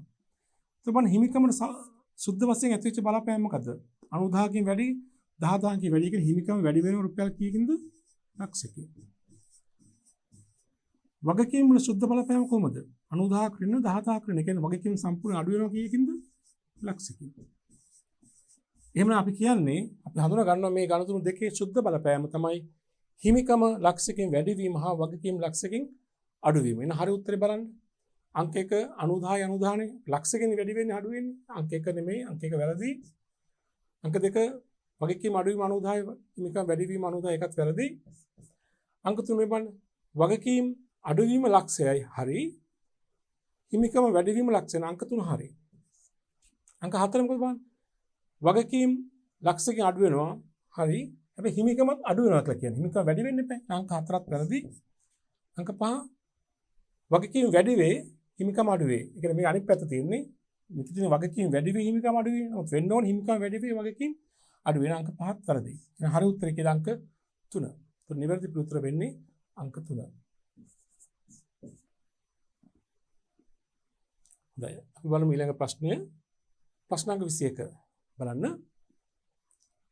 ආයතනයක් විසින් ලකුණු කළ මිල රුපියල් 6 ලක්ෂයක් වූ භාණ්ඩ 5%ක වෙළඳ වට්ටමකට යටත්ව ණයට මිලදීගෙන පසුව 6,50,000ක අත්පිට මුදලට විකුණා තිබෙනවා. නහිමියන්ට ගෙවිය යුතු මුදල මේ දක්වා පියවා නොමැත. මෙම ගනුදෙනු වල සුද්ධ බලපෑම ගිණුම් කරන සමීකරණයේ නිරූපණය වනුයේ කියලා පිළිතුරු පහක් දෙනවා. දැන් මෙතන ගනුදෙනු කිහිපයක් තියෙනවා. සමීකරණ බලපාන ආකාරයෙන් සුද්ධ බලපෑම කියන්නේ සියලුම ගනුදෙනු වලින් පසු තත්ත්වය.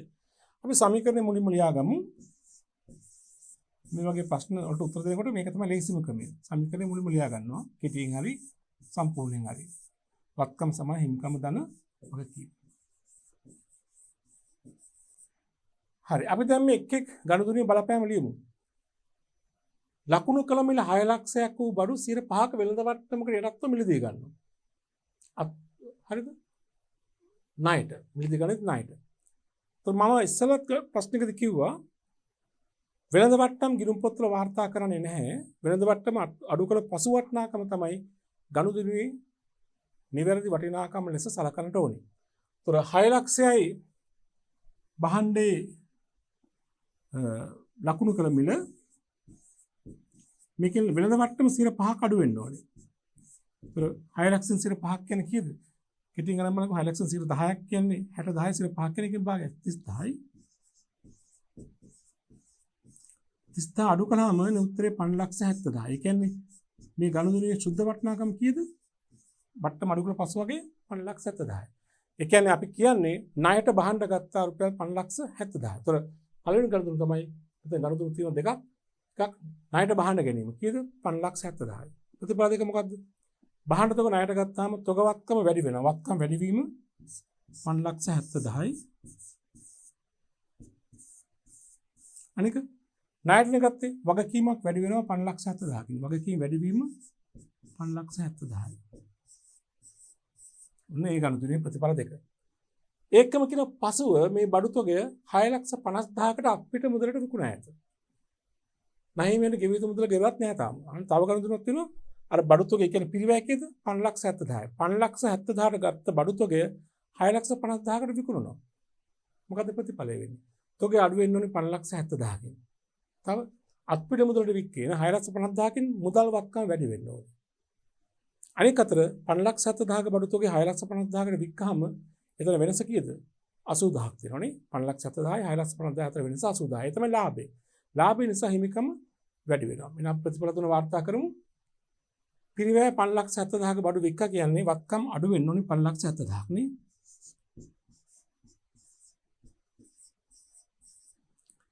අපිට මුදලට වික්කේ 6,50,000කට. කියන්නේ මුදල් වැඩි වෙන්න ඕනේ 6,50,000කින්.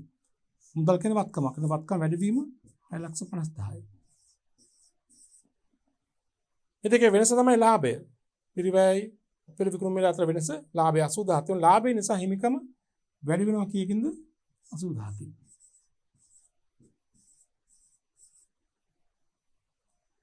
දැන් මේ සමස්ත ගනුදෙනු සමූහය නිසාම සමීකරණයට ඇති වූ සුද්ධ බලපෑම අහන්නේ. අපි කෙනෙක් බලමු. වත්කම් පැත්ත මොකද උනේ?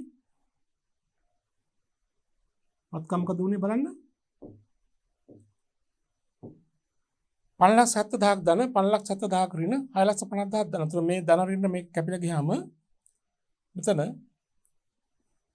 සුද්ධ බලපෑම කිව්ද වත්කම් වැඩි වීම 6,50,000. හරි මේ ධන 5,70,000 ඍණ 5,70,000 කැපිලා ගියාම බිඳුවයි ආයෙ මෙතන වැඩි වීම 6,50,000. හිමිකම වැඩි වීම 80,000යි. වගකීම් ධන 5,70,000 ගාන කියලා තියෙනවනේ නැහැ මේකට තාම සල්ලි කියලා නැහැ කියලා. දැන් මෙන්න සුද්ධ බලපෑම. වත්කම් වැඩි වීම 6,50,000යි. හිමිකම වැඩි වීම 80,000යි. වගකීම් වැඩි වීම 5,70,000යි. බලන්න ඔය තත්ත්වයේ තිබෙන ප්‍රකාශනය මොකද්ද? අංක 1. වත්කම් 50,000කින් වැඩි වෙයි. හිමිකම 50,000කින් වැඩි වෙයි. ඒක නෙමෙයි. 2. වත්කම 80,000කින් වැඩි වෙයි. හිමිකම 80,000කින් වැඩි වෙයි. ඒකත් නෙවෙයි. 3. වත්කම 80,000කින් වැඩි වෙයි. වගකීම් 5,70,000කින් අඩු වෙයි. හිමිකම 6,50,000කින් වැඩි වෙයි. ඒකත් නෙවෙයි. 4 බලන්න. වත්කම 6,50,000කින් වැඩි වෙයි. හරි. ඒක තියෙනවා. වගකීම් 5,70,000කින් වැඩි වෙයි. හරි. ඒකත් තියෙනවා. හිමිකම 80,000කින් වැඩි වෙයි. නම් අංක 4ක ප්‍රකාශනය තුල මේ தත්ත්වය තියෙනවනේ. වත්කම 6,50,000කින් වැඩි. වගකීම් 5,70,000කින් වැඩි. හිමිකම 80,000කින් වැඩි වෙයි. අංක 5 බලන්න වත්කම් 6,50,000කින් වැඩි වෙයි. හරි. කිමු වගකීම් 6 ලක්ෂකින් වැඩි වෙයි. ඒක වෙන්න බෑනේ. අංක 5ක් නිවැරදි. එහෙනම් හරි උත්තරේ වෙන්නේ අංක 4. ගන්නවා නිවැරදි පිළිතුර අංක 4 කියලා. පැහැදිලි නේද? ඒ වගේ අවස්ථාවක මේ වගේ පෙර වැඩක් කරලා කටු වැඩක් කරලා හරි පිළිතුර හොයාගන්න. එකපාරට මනසින් කරන යනකට වඩා පැත්තකින් ගිහලා ওই විදිහට ගත්තාම ලේසි. උත්තරේ ගණනය කරන්න පහසුයි. අපි යමු ඊළඟ ප්‍රශ්නයට. ප්‍රශ්නාංක 22. මෙහෙම කියනවා. පහත තොරතුරු අමිලගේ ව්‍යාපාරයට අදාළ වේ. මුළු වත්කම් රුපියල් වටිනාකම් තියෙන මුළු වගකීම් රුපියල් වටිනාකමක් තියෙනවා. 2018 12/31 දිනට මුළු වත්කම් 7,50,000යි මුළු වගකීම් 3,50,000යි. 2008 1/1 දිනට මුළු වත්කම් 1,05,000යි මුළු වගකීම් 1,02,000යි. වර්ෂය තුලදී අයිතිකරුවන් සිදු කළ ගැනලි වල වටිනාකම 40,000යි කියලා කියනවා. ඊළඟට කියනවා 2008 12/31 දිනට වත්කම් වල ගනුදෙනුකරුවන්ට විකුණු නමුත් එහෙත් බාර නොදුන් රුපියල් 50,000ක පිරිවැය වූ භාණ්ඩ තොගයක් ඇතුළත්ය. 2008 12/31 දිනෙන් අවසන් වසර සඳහා අමිලගේ ව්‍යාපාරයේ සුද්ධ ලාභය අලාභය ගණනය කරන්න කියලා ඉලක්කම් 5ක් දෙනවා. ඔබ දන්නවා ව්‍යාපාරික ලාභය ගණනය කරන්න කිව්වහම අපේ ඔළුවට එනවා ලාභය ගණනය කළ හැකි විකල්ප ක්‍රම දෙක. එක ආදායම් හා වියදම් ගැලපීම තුළින් ලාභය සෙවීම. දෙක සුද්ධවත්කම් අනුසාරයෙන් ලාභය සෙවීම. අභ්‍යාසයේ තොරතුරු අනුව තමයි අපි තීරණය කරන්නේ මොන ක්‍රමයකටද මේ ආයතනයේ ලාභය හොයන්න කියන්නේ. දැන් මෙතන මේ අභ්‍යාසයේ ලාභය ගණන් බලන්න කිව්වහම බලන්න දීලා තියෙන තොරතුරු. මෙතන ආදායම් වියදම් තොරතුරු නැහැ. හැබැයි වත්කම් වගකීම්, ඒ කියන්නේ සුද්ධවත්කම් තොරතුරු තියෙනවා. එහෙනම් මෙතන අපි කරන්න ඕනේ සුද්ධවත්කම් අනුසාරයෙන් ලාභ සමීකරණය පදනම් කරගෙන ලාභය සොයන එක. ලාභ සමීකරණය මතකයිනේ කොහොමද? ලාභ සමීකරණය වෙන්නේ අපි කියනවා මෙහෙම P සමානයි අවසාන සුද්ධවත්කම අපි ගන්න එක CNA කියලා. ඍණ ආරම්භක සුද්ධවත්කම අපි කියන්නේ ONA කියලා. ධන ගැනලි අපි දාන සංකේතය D. ඍණ අමතර ප්‍රාර්ථන අපි දාන සංකේතය AC. නේද? මේක ලාභ සමීකරණය. ඒතර මේ ලාභ සමීකරණය ඇසුරෙන් මේ තොරතුරු වලින් මේ ලාභ සමීකරණයට අදාළ සංඛ්‍යා හොයාගෙන ඇතුළත් කළාම ලාභය ගණනය කරන්න පුළුවන්. බලන්න අවසාන සුද්ධවත්කම්. අවසාන සුද්ධවත්කම හොයාගන්නේ කොහොමද? අවසාන වත්කම් වලින් අවසාන වගකීම් අඩු කරලා. මේ ගානේ ගිණුම් කාලච්ඡේදයේ ආරම්භක දිනේ ජනවාරි 1 වෙනිදා 2008 අවසන් දිනේ 2008 12/31. අවසාන වත්කම් තියෙනවා 7,50,000ක්. අවසාන වගකීම් තියෙනවා 3,50,000ක්. එහෙනම් වත්කම් වලින් වගකීම් අඩු කරාම මොකක්ද දෙන්නේ? අවසාන සුද්ධවත්කම. ඒක බලන්න 7,50,000න් 3,50,000 අඩු කළාම උත්තරේ කී දෙන්නේ? 1,04යි. අපි කියනවා දැනට හිතාගන්න මේ කාරණය ගලප ගන්න තියෙනවා. දැනට මෙතන CNA කියලා අපි ගමු 1,04යි කියලා. 7,50,000 රිද 3,50,000 1,04යි කියලා අපි දැනට ගමු. මේක තව ගැලපිල්ල මේක කරන්න තියෙනවා. රින ONA ආරම්භක සුද්ධවත්කම්. ආරම්භක වත්කම් වලින් ආරම්භක වගකීම් අඩු කරනවා. 5 ලක්ෂයෙන් 2 ලක්ෂයක් ගියම කීයද? 3 ලක්ෂයයි. හරිද? ඊළඟට කියන වර්ෂය තුලදී අයිතිකරු සිදු කළ ගැනලි වල වටිනාකම රුපියල් 40,000 කියලා. එහෙනම් ධන D කියන කීයද? 40,000යි.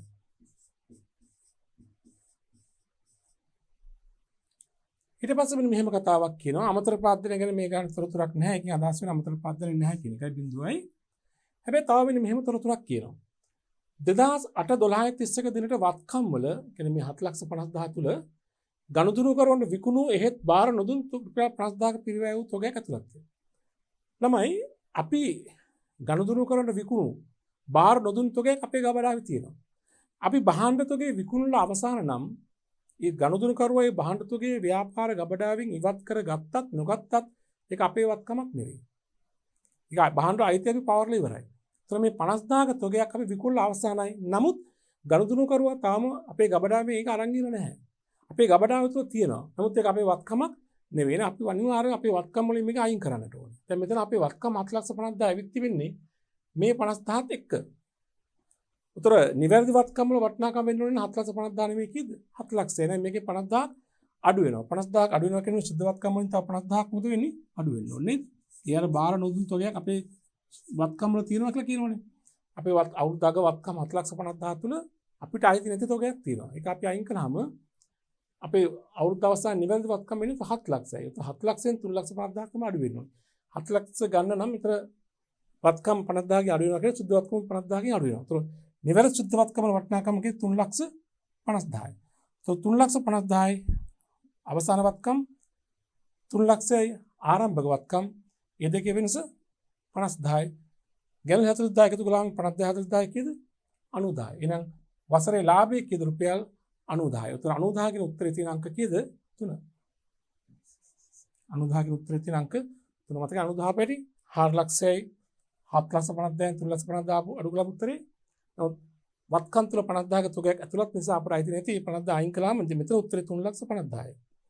3,50,000න් 3 ලක්ෂයක් ගියම 50,000යි 50,000 40,000 එකතු කළාම 90,000. එහෙනම් ලාභ සමීකරණේ ලාභය එනවා කීයද? P සමානයි 90,000. 90,000 කියන්නේ විරුද්ධ අංක 3. පැහැදිලි නේද? අපි යමු ඊළඟ ප්‍රශ්නෙට. ප්‍රශ්නක 23. කලින් ප්‍රශ්නෙට සම්බන්ධ ප්‍රශ්නයක්මයි. ව්‍යාපාරික ලාභය ගණනය කිරීම සඳහා යොදාගත හැකි සමීකරණය වනුයේ. ලාභ සමීකරණය අහන්නේ. දැන් ලාභ සමීකරණය මොකක්ද අපේ මතකයිනේ? P සමානයි මොකක්ද? CNA අවසාන සුද්ධවත්කම් ඍණ ONA ආරම්භක සුද්ධවත්කම් ධන D ඍණ AC. D කියන්නේ ගැළලි AC කියන අමතර පාදනය. දැන් මෙතන සමීකරණ පහක් දෙනවා. මේකෙන් ලාභයේ සෙවීම සඳහා යොදා ගන්නා සමීකරණය වන්නේ. එක ආරම්භක සුද්ධවත්කම් ඍණ අවසාන සුද්ධවත්කම් ඍණ ගැළලි අමතර පාදනය එකතු වෙනවා. ඒකද? නෑ ඒක වැරදි. දෙක ආරම්භක සුද්ධවත්කම් ඍණ අවසාන සුද්ධවත්කම් ධන ගැළලි ඍණ අතිරේක පාදනය. ඒකෙදි සුද්ධවත්කම් දෙක එහාට මෙහාට මාරු වෙනවා නේද? අවසාන සුද්ධවත්කම් මොනට එන්න ඕනේ? මේකත් වැරදි. අංක 3 අවසාන සුද්ධවත්කම් ඍණ ආරම්භක සුද්ධවත්කම් ඍණ ගැළලි ධන අමතර පාදනය. ඒකේ මේ ධන ඍණ මාරුලා ගැළලි සහ අමතර පාදනය. ඍණ ගැළලි නෙමෙයි ධන ගැළලි ඍණ අතිරේක පාදනය. නෙමෙයි ධන අතිරේක පාදනය. මෙතන තියෙන්නේ ධන කියලා නමුත් එන්න ඕනේ ඍණ නේද? මේ අංක 3ක් වැරදි. 4 අවසාන සුද්ධවත්කම් ඍණ ආරම්භක සුද්ධවත්කම් ධන ගැළලි ඍණ අතිරේක පාදනය. ඒක හරි නේද? හරි. 5 අවසාන සුද්ධවත්කම් ඍණ ආරම්භක සුද්ධවත්කම් ඍණ ගැළලි ඍණ අතිරේක පාදනය. ඒකත් වැරදි. එහෙනම් නිවැරදි ලාභ සමීකරණය වෙන්නේ මොකද්ද? විරුද්ධ අංක කීයද? 4. හරි උත්තරය අංක 4. පැහැදිලිනේ? හොඳයි. අපි යමු ඊළඟ ප්‍රශ්නෙට. ප්‍රශ්න අංක 24. පහත තොරතුරු සේපාලිකාගේ ව්‍යාපාරයට අදාළ වේ කියලා අපිට දෙන තොරතුරු 4ක් මෙහෙම 2019 4 එක දිනට වත්කම් ලක්ෂ 8යි එදාට වගකීම් ලක්ෂ 5යි. 2020 3යි 31 දිනට කියන අවුරුද්දකින් පසුව වත්කම් දශලක්ෂයයි වගකීම් 6 ලක්ෂයයි. වර්ෂය තුලදී සේපාලිකා යෙදුව අමතර පාදනය 30000කි. සිදු කළ ගැළලි වල වටිනාකම 4000කි. 2023යි 31 දිනට තොගය අගය කිරීමේදී රුපියල් 10000ක තොගයක් ගෙන නැහැ. ඉතින් ඒක තොග අගය කරනකොට පොඩි වරදක් වෙලා තිනවා 10000ක තොගයක් ඇතුළත් වෙලා නැහැ. 2023යි 31 දිනේ අවසන් වසරේ සේපාලිකාගේ ව්‍යාපාරයේ ලාභය හෝ අලාභය ගණනය කරන්න. දැන් මෙතනත් ලාභය හෝ අලාභය ගණනය කරන්න කියන්නේ දැන් මොකද යොදා ගන්න ක්‍රමය? ආදායම් වියදම් ක්‍රමයේද සුද්ධවත්කම් ක්‍රමයේද? සුද්ධවත්කම් ක්‍රමය. ලාභ සමීකරණ ක්‍රමය. මොකද මෙතෙන්දී ආදායම් වියදම් තොරතුරු තියලා නැහැ. හැබැයි ලාභ සමීකරණයෙන් ලාභයේ සෙවීමට අවශ්‍ය කරන තොරතුරු තියෙනවා. අපි කලින් වගේම හොයමු. මොකද ලාභ සමීකරණය P සමානයි CNA කියන සුද්ධවත්කම් ඍණ ONA. ඒ කියන්නේ ආරම්භක සුද්ධවත්කම් ධන D ඒ කියන්නේ ගැළලි ඍණ AC ඒ කියන්නේ අතිරේක පාදනය නැත්නම් අමතර පාදනය. දැන් මෙතනට සුදුසු සංඛ්‍යා දාමු. මේක තර ඉස්සලා වගේ සංශෝධනීය උත්තින අපි දෙවනෝ කරමු. එතකොට ඊවලගේ හොයන්න යන්නේ අග සුද්ධවත්කම්. අග වත්කම් වලින් අග වගකීම් අඩු කරනවා. අග වත්කම් කීයද? වර්ෂයේ අග දිනයක 2020 මාර්තු 31 දශලක්ෂයයි වත්කම් 6 ලක්ෂයයි වගකීම්. දශලක්ෂයෙන් 6 ලක්ෂයක් ගියාම කීයද? 4 ලක්ෂයයි. අග සුද්ධවත්කම් දැනට 4 ලක්ෂයයි. මේක සංශෝධනයක් එනවා ඉස්සලා වගේ. මේ දෙකේ වෙනස ගත්තාම 4 ලක්ෂයයි ඍණ ONA ආරම්භක සුද්ධවත්කම් කීයද? 8 ලක්ෂයයි 5 ලක්ෂයයි. 8 ලක්ෂයයි වත්කම් වගකීම් 5 ලක්ෂයයි. 8 ලක්ෂයෙන් 5 ලක්ෂය ගියාම කීයද? 3 ලක්ෂයයි. ආරම්භක සුද්ධවත්කම්. ධන D ගැළලි. මෙතන වර්ෂය තුන සිදු කළ ගැළලි ප්‍රමාණය කීයද ගන්න දෙන්නේ? 4000යි. ඍණ අමතර ප්‍රාර්ථන මෙතන සේපාලිකා යෙදූ අමතර ප්‍රාර්ථන කීයද රුපියල් 30000යි. දැන් තව කොන්දේසියක් තියෙනවනේ මෙතන මෙහෙම අවුරුදු අගතොගය ගණනය කිරීමේදී රුපියල් 10000ක තොගයක් අරගෙන නැහැ. දැන් අවුරුදු අවසාන වත්කම් දශලක්ෂයක් තිබෙනවා. එහෙත් එතනට රුපියල් 10000ක තොගයක් ඇතුළත් වෙලා නැහැ. තොගය කියන වත්කමක් නේ. එහෙනම් අවුරුදු අග වත්කම් වලගේ රුපියල් 10000කින් වැඩි වෙන්න ඕනේ. 10000කින් වැඩි වෙනකොට සුද්ධ වත්කම පුකුතින් 10000කින් වැඩි වෙනවා. දැන් මෙතන දශලක්ෂෙන් 6 ලක්ෂයක් ගියාම ලක්ෂ 4 ආවේ. නමුත් මෙතන වෙන දශලක්ෂ 10000 නේ. දශලක්ෂ 10000යි 6 ලක්ෂයක් වුණාම 4 ලක්ෂ 10000ක් වෙනවා. ඒ කියන්නේ මේ සුද්ධ වත්කමට තව 10000ක් එකතු වෙන්න ඕනේ. තොගේ වැඩි වෙලා තියෙනවනේ. අනෙක් කොට බලපෑමක් නැහැ. ඒ යන වත්තාම අග සුද්ධ වත්කම් තියෙන ඔක්කොම 4 ලක්ෂ 10000ක්. නේද? ඍණ ආරම්භක සුද්ධ වත්කම් තියෙන 3 ලක්ෂයක්. ධන ගැනලි තියෙන 4000ක්. ඍණ අමතර පාදන තියෙන 30000ක්. දැන් මේක සුළු කළාම උත්තරේ තමයි ලාභය වෙන්නේ. ඒක තමයි පියවලාගේ. ඒක කීයද? 4,10,000න් 3 ලක්ෂයක් ගියාම කීයද? 1,10,000යි. 1,10,000ට 4,000ක් එකතු කරන්නකෝ. 1,14,000යි. 1,14,000න් 30,000ක් අඩු කරන්නකෝ. උත්තරේ කීයද? 84,000යි. එහෙනම් පියවලාගේ කීයද? 84,000යි. ඒ කියන්නේ ලාභය 84,000යි. නේ ධනාගයක් තියෙන්නේ. 84,000යි ලාභය. නිවැරදි උත්තරේ අංක 2. නිවැරදි පිළිතුරු අංක 2. පැහැදිලි නේද? හොඳයි. අපේ ඊළඟ ප්‍රශ්න අංකයට ප්‍රශ්න අංක 25. බලන්න. නුවන්ගේ ව්‍යාපාරය විසින් ලබාගත් ණය මුදලෙහි මාසික වාරිකයේ වූ රුපියල් ලක්ෂයක් නුවන් විසින් තම පුද්ගලික මුදලින් ගෙවන ලදී. වාරිකය තුල අන්තර්ගත පොලිය රුපියල් 25000කි. පහත කුමන ගිණුම් කරන සමීකරණය මෙම ගනුදෙනු වල සුද්ධ බලපෑම දක්වනු ලබයිද? මූල ප්‍රකාශන මාසිකව පිළිලක ඇති බව උපකල්පනය කරන්න. ඒ කියන්නේ ගිණුම් කාලච්ඡේදය මේ කරන්නේ මාසයයි. පැහැදිලි නේද? නුවන්ගේ ව්‍යාපාරයේ විසින් ලබාගත් ණය මුදලක් තියෙනවා. ඒ ණය මුදලේ මාසික වාරිකය රුපියල් ලක්ෂයක්. මේ ණය වාරිකය ගෙවලා තියෙන කවුද? නුවන් තමන්ගේ පෞද්ගලික මුදලෙන්. ව්‍යාපාරයේ විසින් ගෙවිය යුතු ණය මුදලක් නුවන් සිය පෞද්ගලික මුදලින් ගෙවනවා. මතකයිනේ ඉස්සලත් අපි මේ වගේ උදාහරණයක් කළා. අයිතිකරු තමන්ගේ පෞද්ගලික මුදලින් ව්‍යාපාරයේ ණයක් ගෙවනවා. එතකොට ඒක සලකන අයිතිකරු පැත්තේ ව්‍යාපාරයට ප්‍රාර්ථන යෙදවීමක්, අනිත් පැත්තෙන් ව්‍යාපාරයේ වගකීමක් අඩු වෙනවා. ඒ ණය වාරිකය තුල පොලිය තියෙනවා 25000ක්. ලක්ෂයක් ණය වාරික ගෙවුවට පොලිය 25000ක්. ඒ ණය වාරිකේ හැබෑ වටිනාකම ණය වටිනාකමෙන් අඩු වෙන්නේ 75000යි. පොලිය වියදමක් 25000යි. දැන් මේ தත්ත්වයේ උඩ මේ ගනුදෙනු වල සුද්ධ බලපෑම අපෙන් අහන්නේ නේ.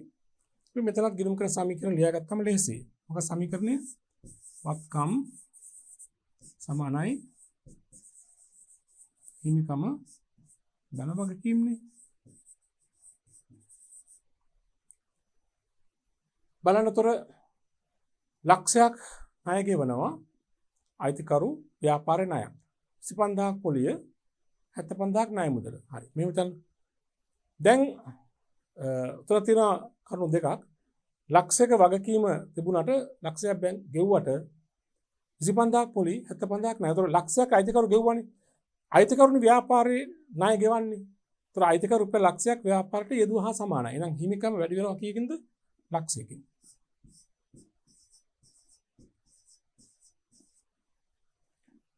අයිතිකරු තමයි හිමිකම වැඩි වීමට දායක වෙන්නේ. ඒ ගෙවපු මුදලින් ලක්ෂයෙන් 25000ක් ණය පොලි. ඒතර 25000ක් පොලි කියන වියදම වැඩි වීම 75000ක් ණය කියන වගකීම අඩු වෙනවා. ණය අඩු වෙන්නේ කීකින්ද? 75000. ඒ කියන්නේ වගකීම අඩු වෙන්නේ 75000කින්.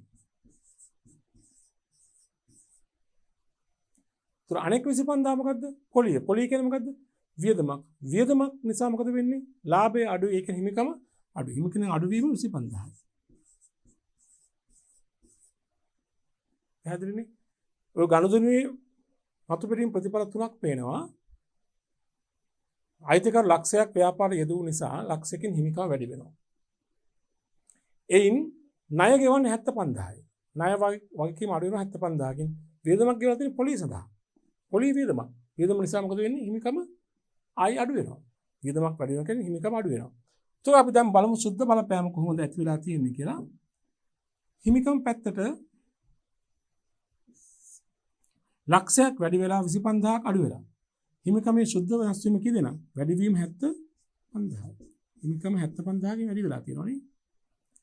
වගකීම් පැත්තේ වගකීම් අඩු වෙලා තියෙනවා කීකින්ද? 75000. එහෙනම් සමීකරණ ඇති කරලා තියෙන බලපෑම් දෙක මොකද්ද? හිමිකම සුද්ධ වශයෙන් 75000කින් වැඩි වෙලා වගකීම් 75000කින් අඩු වීම. එහෙනම් මොකද්ද නිවැරදි උත්තරේ? අංක 1 වගකීම් අඩු වීම 75000 හිමිකම වැඩි වීම 75000. අංක 1 හරිනේ. අංක 2 වගකීම් ලක්ෂකින් අඩුයි හිමිකම ලක්ෂකින් වැඩි එක වැරදි. අංක 3ත් වැරදි 4ත් වැරදි 5ත් වැරදි. හරි උත්තරේ අංක 1. වගකීම් අඩු වීම 75000යි හිමිකමට සුද්ධ බලපෑම 75000යි. නේද? වැඩි වීම. එහෙනම් නිවැරදි උත්තරේ අංක 1. පැහැදිලිනේ? හොඳයි. අපි යමු ඊළඟ ප්‍රශ්න අංකයට බලන්න. සීමා සහිත අරලිය සමාගම 2019 අප්‍රේල් 1 වන දින රුපියල් ලක්ෂ 8ක් වටිනා ලී බඩු උපකරණ මිලදී ගත්තා. රුපියල් 5 ලක්ෂයක් මුදලින් ගෙවූ අතර ඉතිරිය බැංකුවෙන් ගත් ණය මුදලකින් පියවලා තියෙනවා. ලක්ෂ 8ක ලී බඩු උපකරණ අරගෙන ලක්ෂ 5ක් සල්ලි වලින් ගෙවනවා. මුදලින් ව්‍යාපාරයේ මුදලින් ඉතිරි නන්ද ලක්ෂ 3 බැංකු ණයකින් ගෙවන්නේ. ලී බඩු උපකරණ වාර්ෂිකව 10% බැගින් ෂෙයා කරයි. වාර්ෂිකව ලී බඩු 10%ක් ෂෙයා වීම වශයෙන් සලකන්න ඕනේ. 2020 මාර්තු 31 දිනට, ඒ කියන්නේ ව්‍යාපාරය පටන් ගන්නේ 2019 අප්‍රේල් 1 ගිණුම් වර්ෂය ගිණුම් කාලච්ඡේදයේ අවසන් දිනේ 2020 මාර්තු 31 කියන්නේ ගිණුම් කාලච්ඡේදයේ අවුරුද්දයි. මෙම ගනුදෙනු බලපෑම් මත පහත් සඳහන් කුමන සමීකරණය මගින් පෙන්වුම් කරයිද? මේ දුන්නු ගනුදෙනු වල බලපෑම සුද්ධ බලපෑම කවර සමීකරණයෙන් පෙන්වුම් කරාද කියලා ඔයාලට උත්තර පහක් දෙනවා. මේක අතර කලින් අපි සුදු ප්‍රශ්නය හා සමාන ප්‍රශ්නයක්. මේක මුලින්ම අපි සමීකරණ ලියා ගන්න මේ විදිහට වත්කම් සමානයි හිමිකම දාන වගකීම් කියලා අපි සමීකරණය මුලින්ම ලියා ගමු. හරිද? right. අපි දැන් බලමු ගනුදෙනු සැට වෙන වෙනස් වීම. පළවෙනි එක තමයි 8 ලක්ෂයක ලී බඩු ගන්නවා ලක්ෂ 5ක් මුදලින් ගෙවනවා ඉතිරි ඒ කියන්නේ ලක්ෂ 3 බැංකු ණයකින්. මොකද ප්‍රතිඵල වෙන්නේ? 8 ලක්ෂයක් ලී බඩු ගත්ත කියන්නේ වත්කම් වැඩි වීම ලක්ෂ 8යි.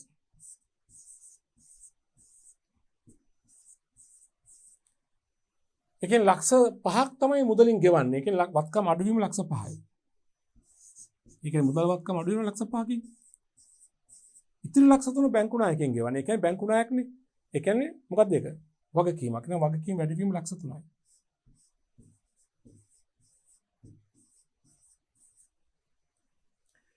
ඊට පස්සේ කියනවා මේ ලී බඩු උපකරණ වාර්ෂිකව 10%ක් ෂෙයා කරන්න. ඒතර මෙතන ගිණුම් කාලච්ඡේදෙත් මොකද්ද?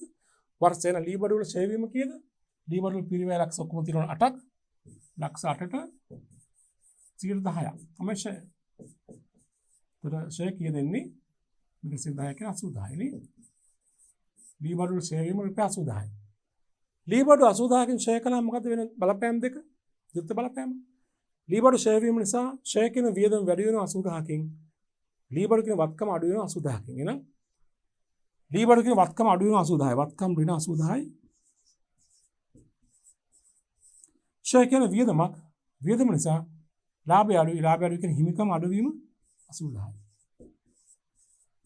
මෙන්න ඇතිවෙච්ච බලපෑම නේද? දැන් බලන්න සුද්ධ බලපෑම කොහොමද කියලා. වත්කම් තීරුවේ සුද්ධ බලපෑම කීයද? ලක්ෂ 8කින් වැඩි වෙලා තියෙන ධන 8 ලක්ෂය ඍණ 5 ලක්ෂය ඍණ 80000යි න 8 ලක්ෂයෙන් 5 ලක්ෂ කියමු 3 ලක්ෂය 3 ලක්ෂෙම තාපව 80000 කඩනවා 2,20,000යි දාන වත්කම් වැඩි වීම 2,20,000යි. වත්කම් පැත්තේ සුද්ධ ප්‍රතිඵලය වත්කම් වැඩි වීම 2,20,000යි. හිමිකම ඍණ 80000 පමණයි. හිමිකම අඩු වීම 80000යි. වගකීම් ධන 3 ලක්ෂය පමණයි. එහෙනම් මෙන්න මේ සිදු වෙලා තියෙන ගනුදෙනු නිසා ආර්ථික සිද්ධීන් නිසා අවසාන වශයෙන් සමීකරණ බලපාන ආකාරයේ වත්කම් 2,20,000ක් වැඩි වෙනවා. හිමිකම 80000ක් අඩු වෙනවා. වගකීම් 3 ලක්ෂයක් වැඩි වෙනවා. බලන්න උත්තරේ තියෙන්නේ කොහෙද? අංක 1 වත්කම් 2,20,000යි වගකීම් 3 ලක්ෂයයි හිමිකම ඍණ 80000යි. හරි නේද? උත්තර ස්ථාන 3 ලක්ෂයක්. එතකොට අංක 1 වත්කම් වැඩි වීම 2,20,000යි හිමිකම ලක්ෂ 3යි හිමිකම අඩු වීම 80000යි. එහෙනම් අංක 1 උත්තරේ නිවැරදි. අංක 2 බලන්න වත්කම් වැඩි වීම ලක්ෂ 3යි වගකීම් වැඩි වීම ලක්ෂ 3යි එච්චරයි. ඒක වැරදි. අංක 3 වත්කම් වැඩි වීම 7,20,000යි වගකීම් වැඩි වීම එකත් වැරදි. අංක 4ත් වැරදි මේ තත්ත්වේ නැහැනේ. අංක 5ත් වැරදි මේ තත්ත්වේ නැහැ. ඒතර වත්කම් පැත්තේ අවසන් ප්‍රතිඵලයේ 220000ක් වත්කම් වෙනවා. වැඩි වුණා කිව්වත් අවසන් ශේෂ 220000යි. හිමිකම අඩු වෙනවා 80000කින්. වගකීම් වැඩිවීම 3යි. හරිනේ? අංක 1 තමයි එහෙනම් මොකද්ද? නිවැරදි පිළිතුර වෙන්නේ. පැහැදිලි නේද? අපි යමු ඊළඟ ප්‍රශ්නාංකයට. ප්‍රශ්නාංක 27. ආදායම් හේතුවෙන් ගිණුම් කරන මූලිකාංග වලට ඇති කරන බලපෑම පිළිබඳ නිවැරදි ප්‍රකාශනය තෝරන්න. ආදායම්. ඔබට මතකද අපි කලින් පාඩම්කදී හඳුනාගත්තා ව්‍යාපාරික ආදායම් හා වියදම් හා ඒවයින් ඇති කරන බලපෑම. ආදායම් නිසා මේ ඇති කරන බලපෑම අහන්නේ මේ ප්‍රකාශන පහෙන් මොකක්ද කියලා අහනවා. 1. හිමිකම වැඩිවීම හා මුදල් වැඩිවීම හෝ වත්කම් වැඩිවීම හෝ වගකීම් අඩුවීම. 2. හිමිකම වැඩිවීම හා මුදල් වැඩිවීම හෝ වත්කම් වැඩිවීම හෝ වගකීම් වැඩිවීම. 3. මුදල් වැඩිවීම හෝ වත්කම් වැඩිවීම හෝ වගකීම් වැඩිවීම හා හිමිකම වැඩිවීම. 4.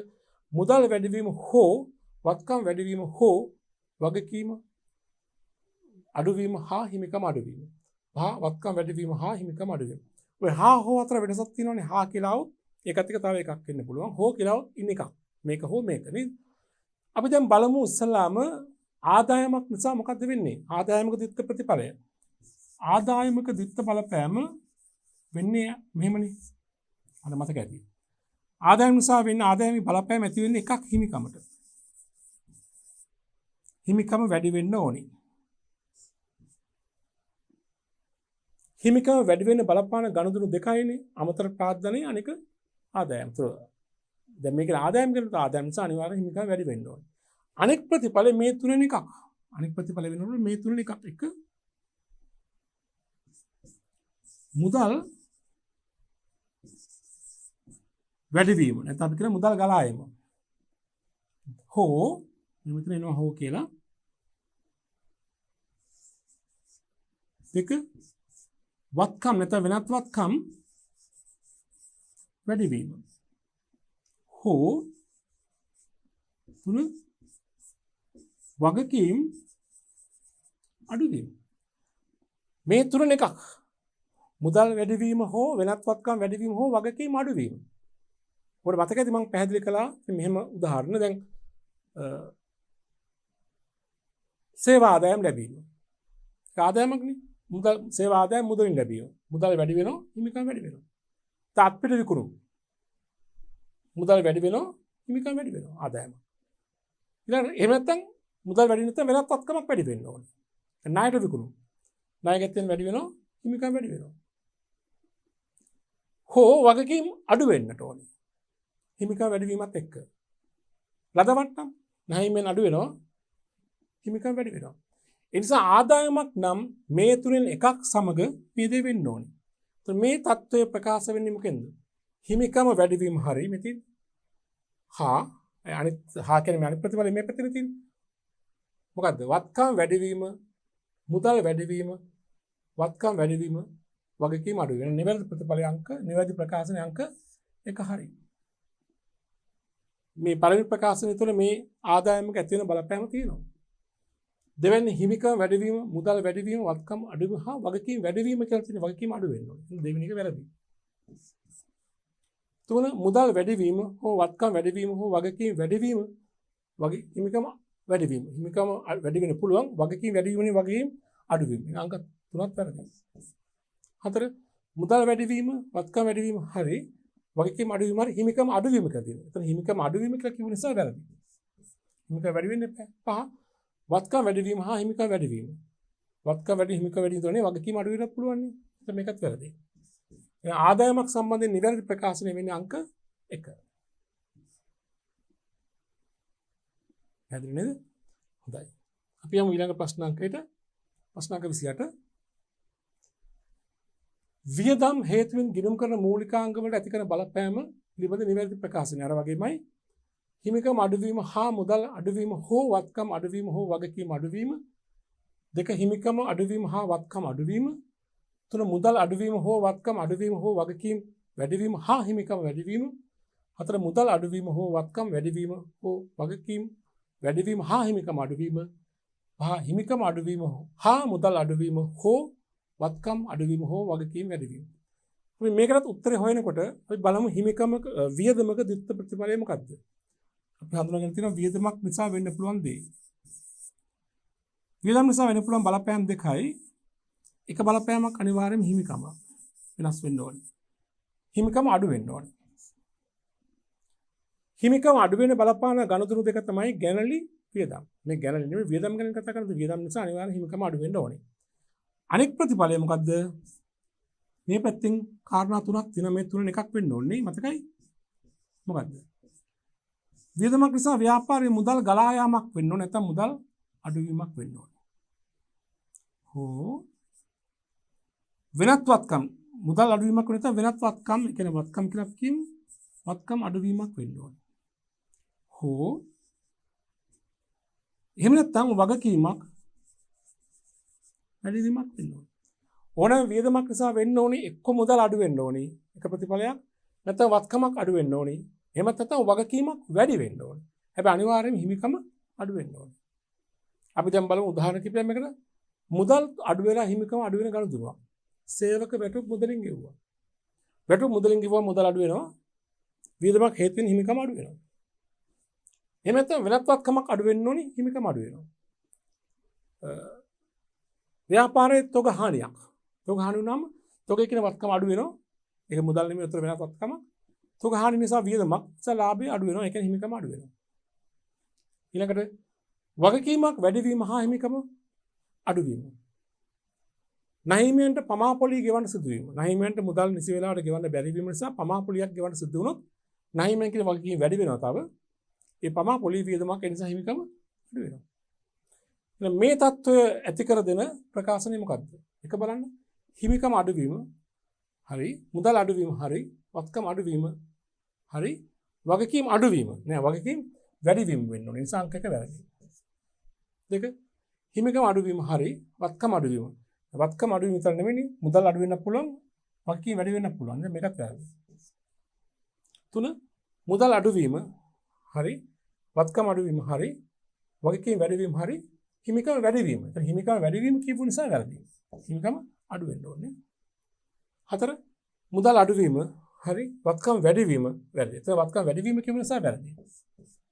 පහ හිමිකම අඩුවීම හරි, මුදල් අඩුවීම හරි, වත්කම අඩුවීම හරි, වගකීම් වැඩිවීම හරි. එහෙනම් නිවැරදි ප්‍රකාශනයේ අංක 5.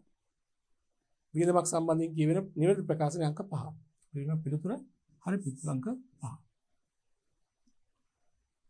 අපේ ඊළඟ ප්‍රශ්නයේ ප්‍රශ්න අංක 29. මේ ප්‍රශ්නයක් ඔබෙන් අහනවා. ශ්‍රී ලංකාවේ ගිණුම් කරන කටයුතු හසුරුවන ප්‍රධාන ආයතනය කුමක්ද?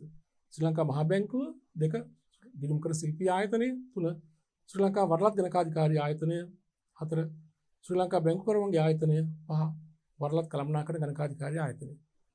ලංකාවේ වෘත්තීය ගිණුම් කරන ආයතන කිහිපයක් තිබෙනවා. නමුත් ලංකාවේ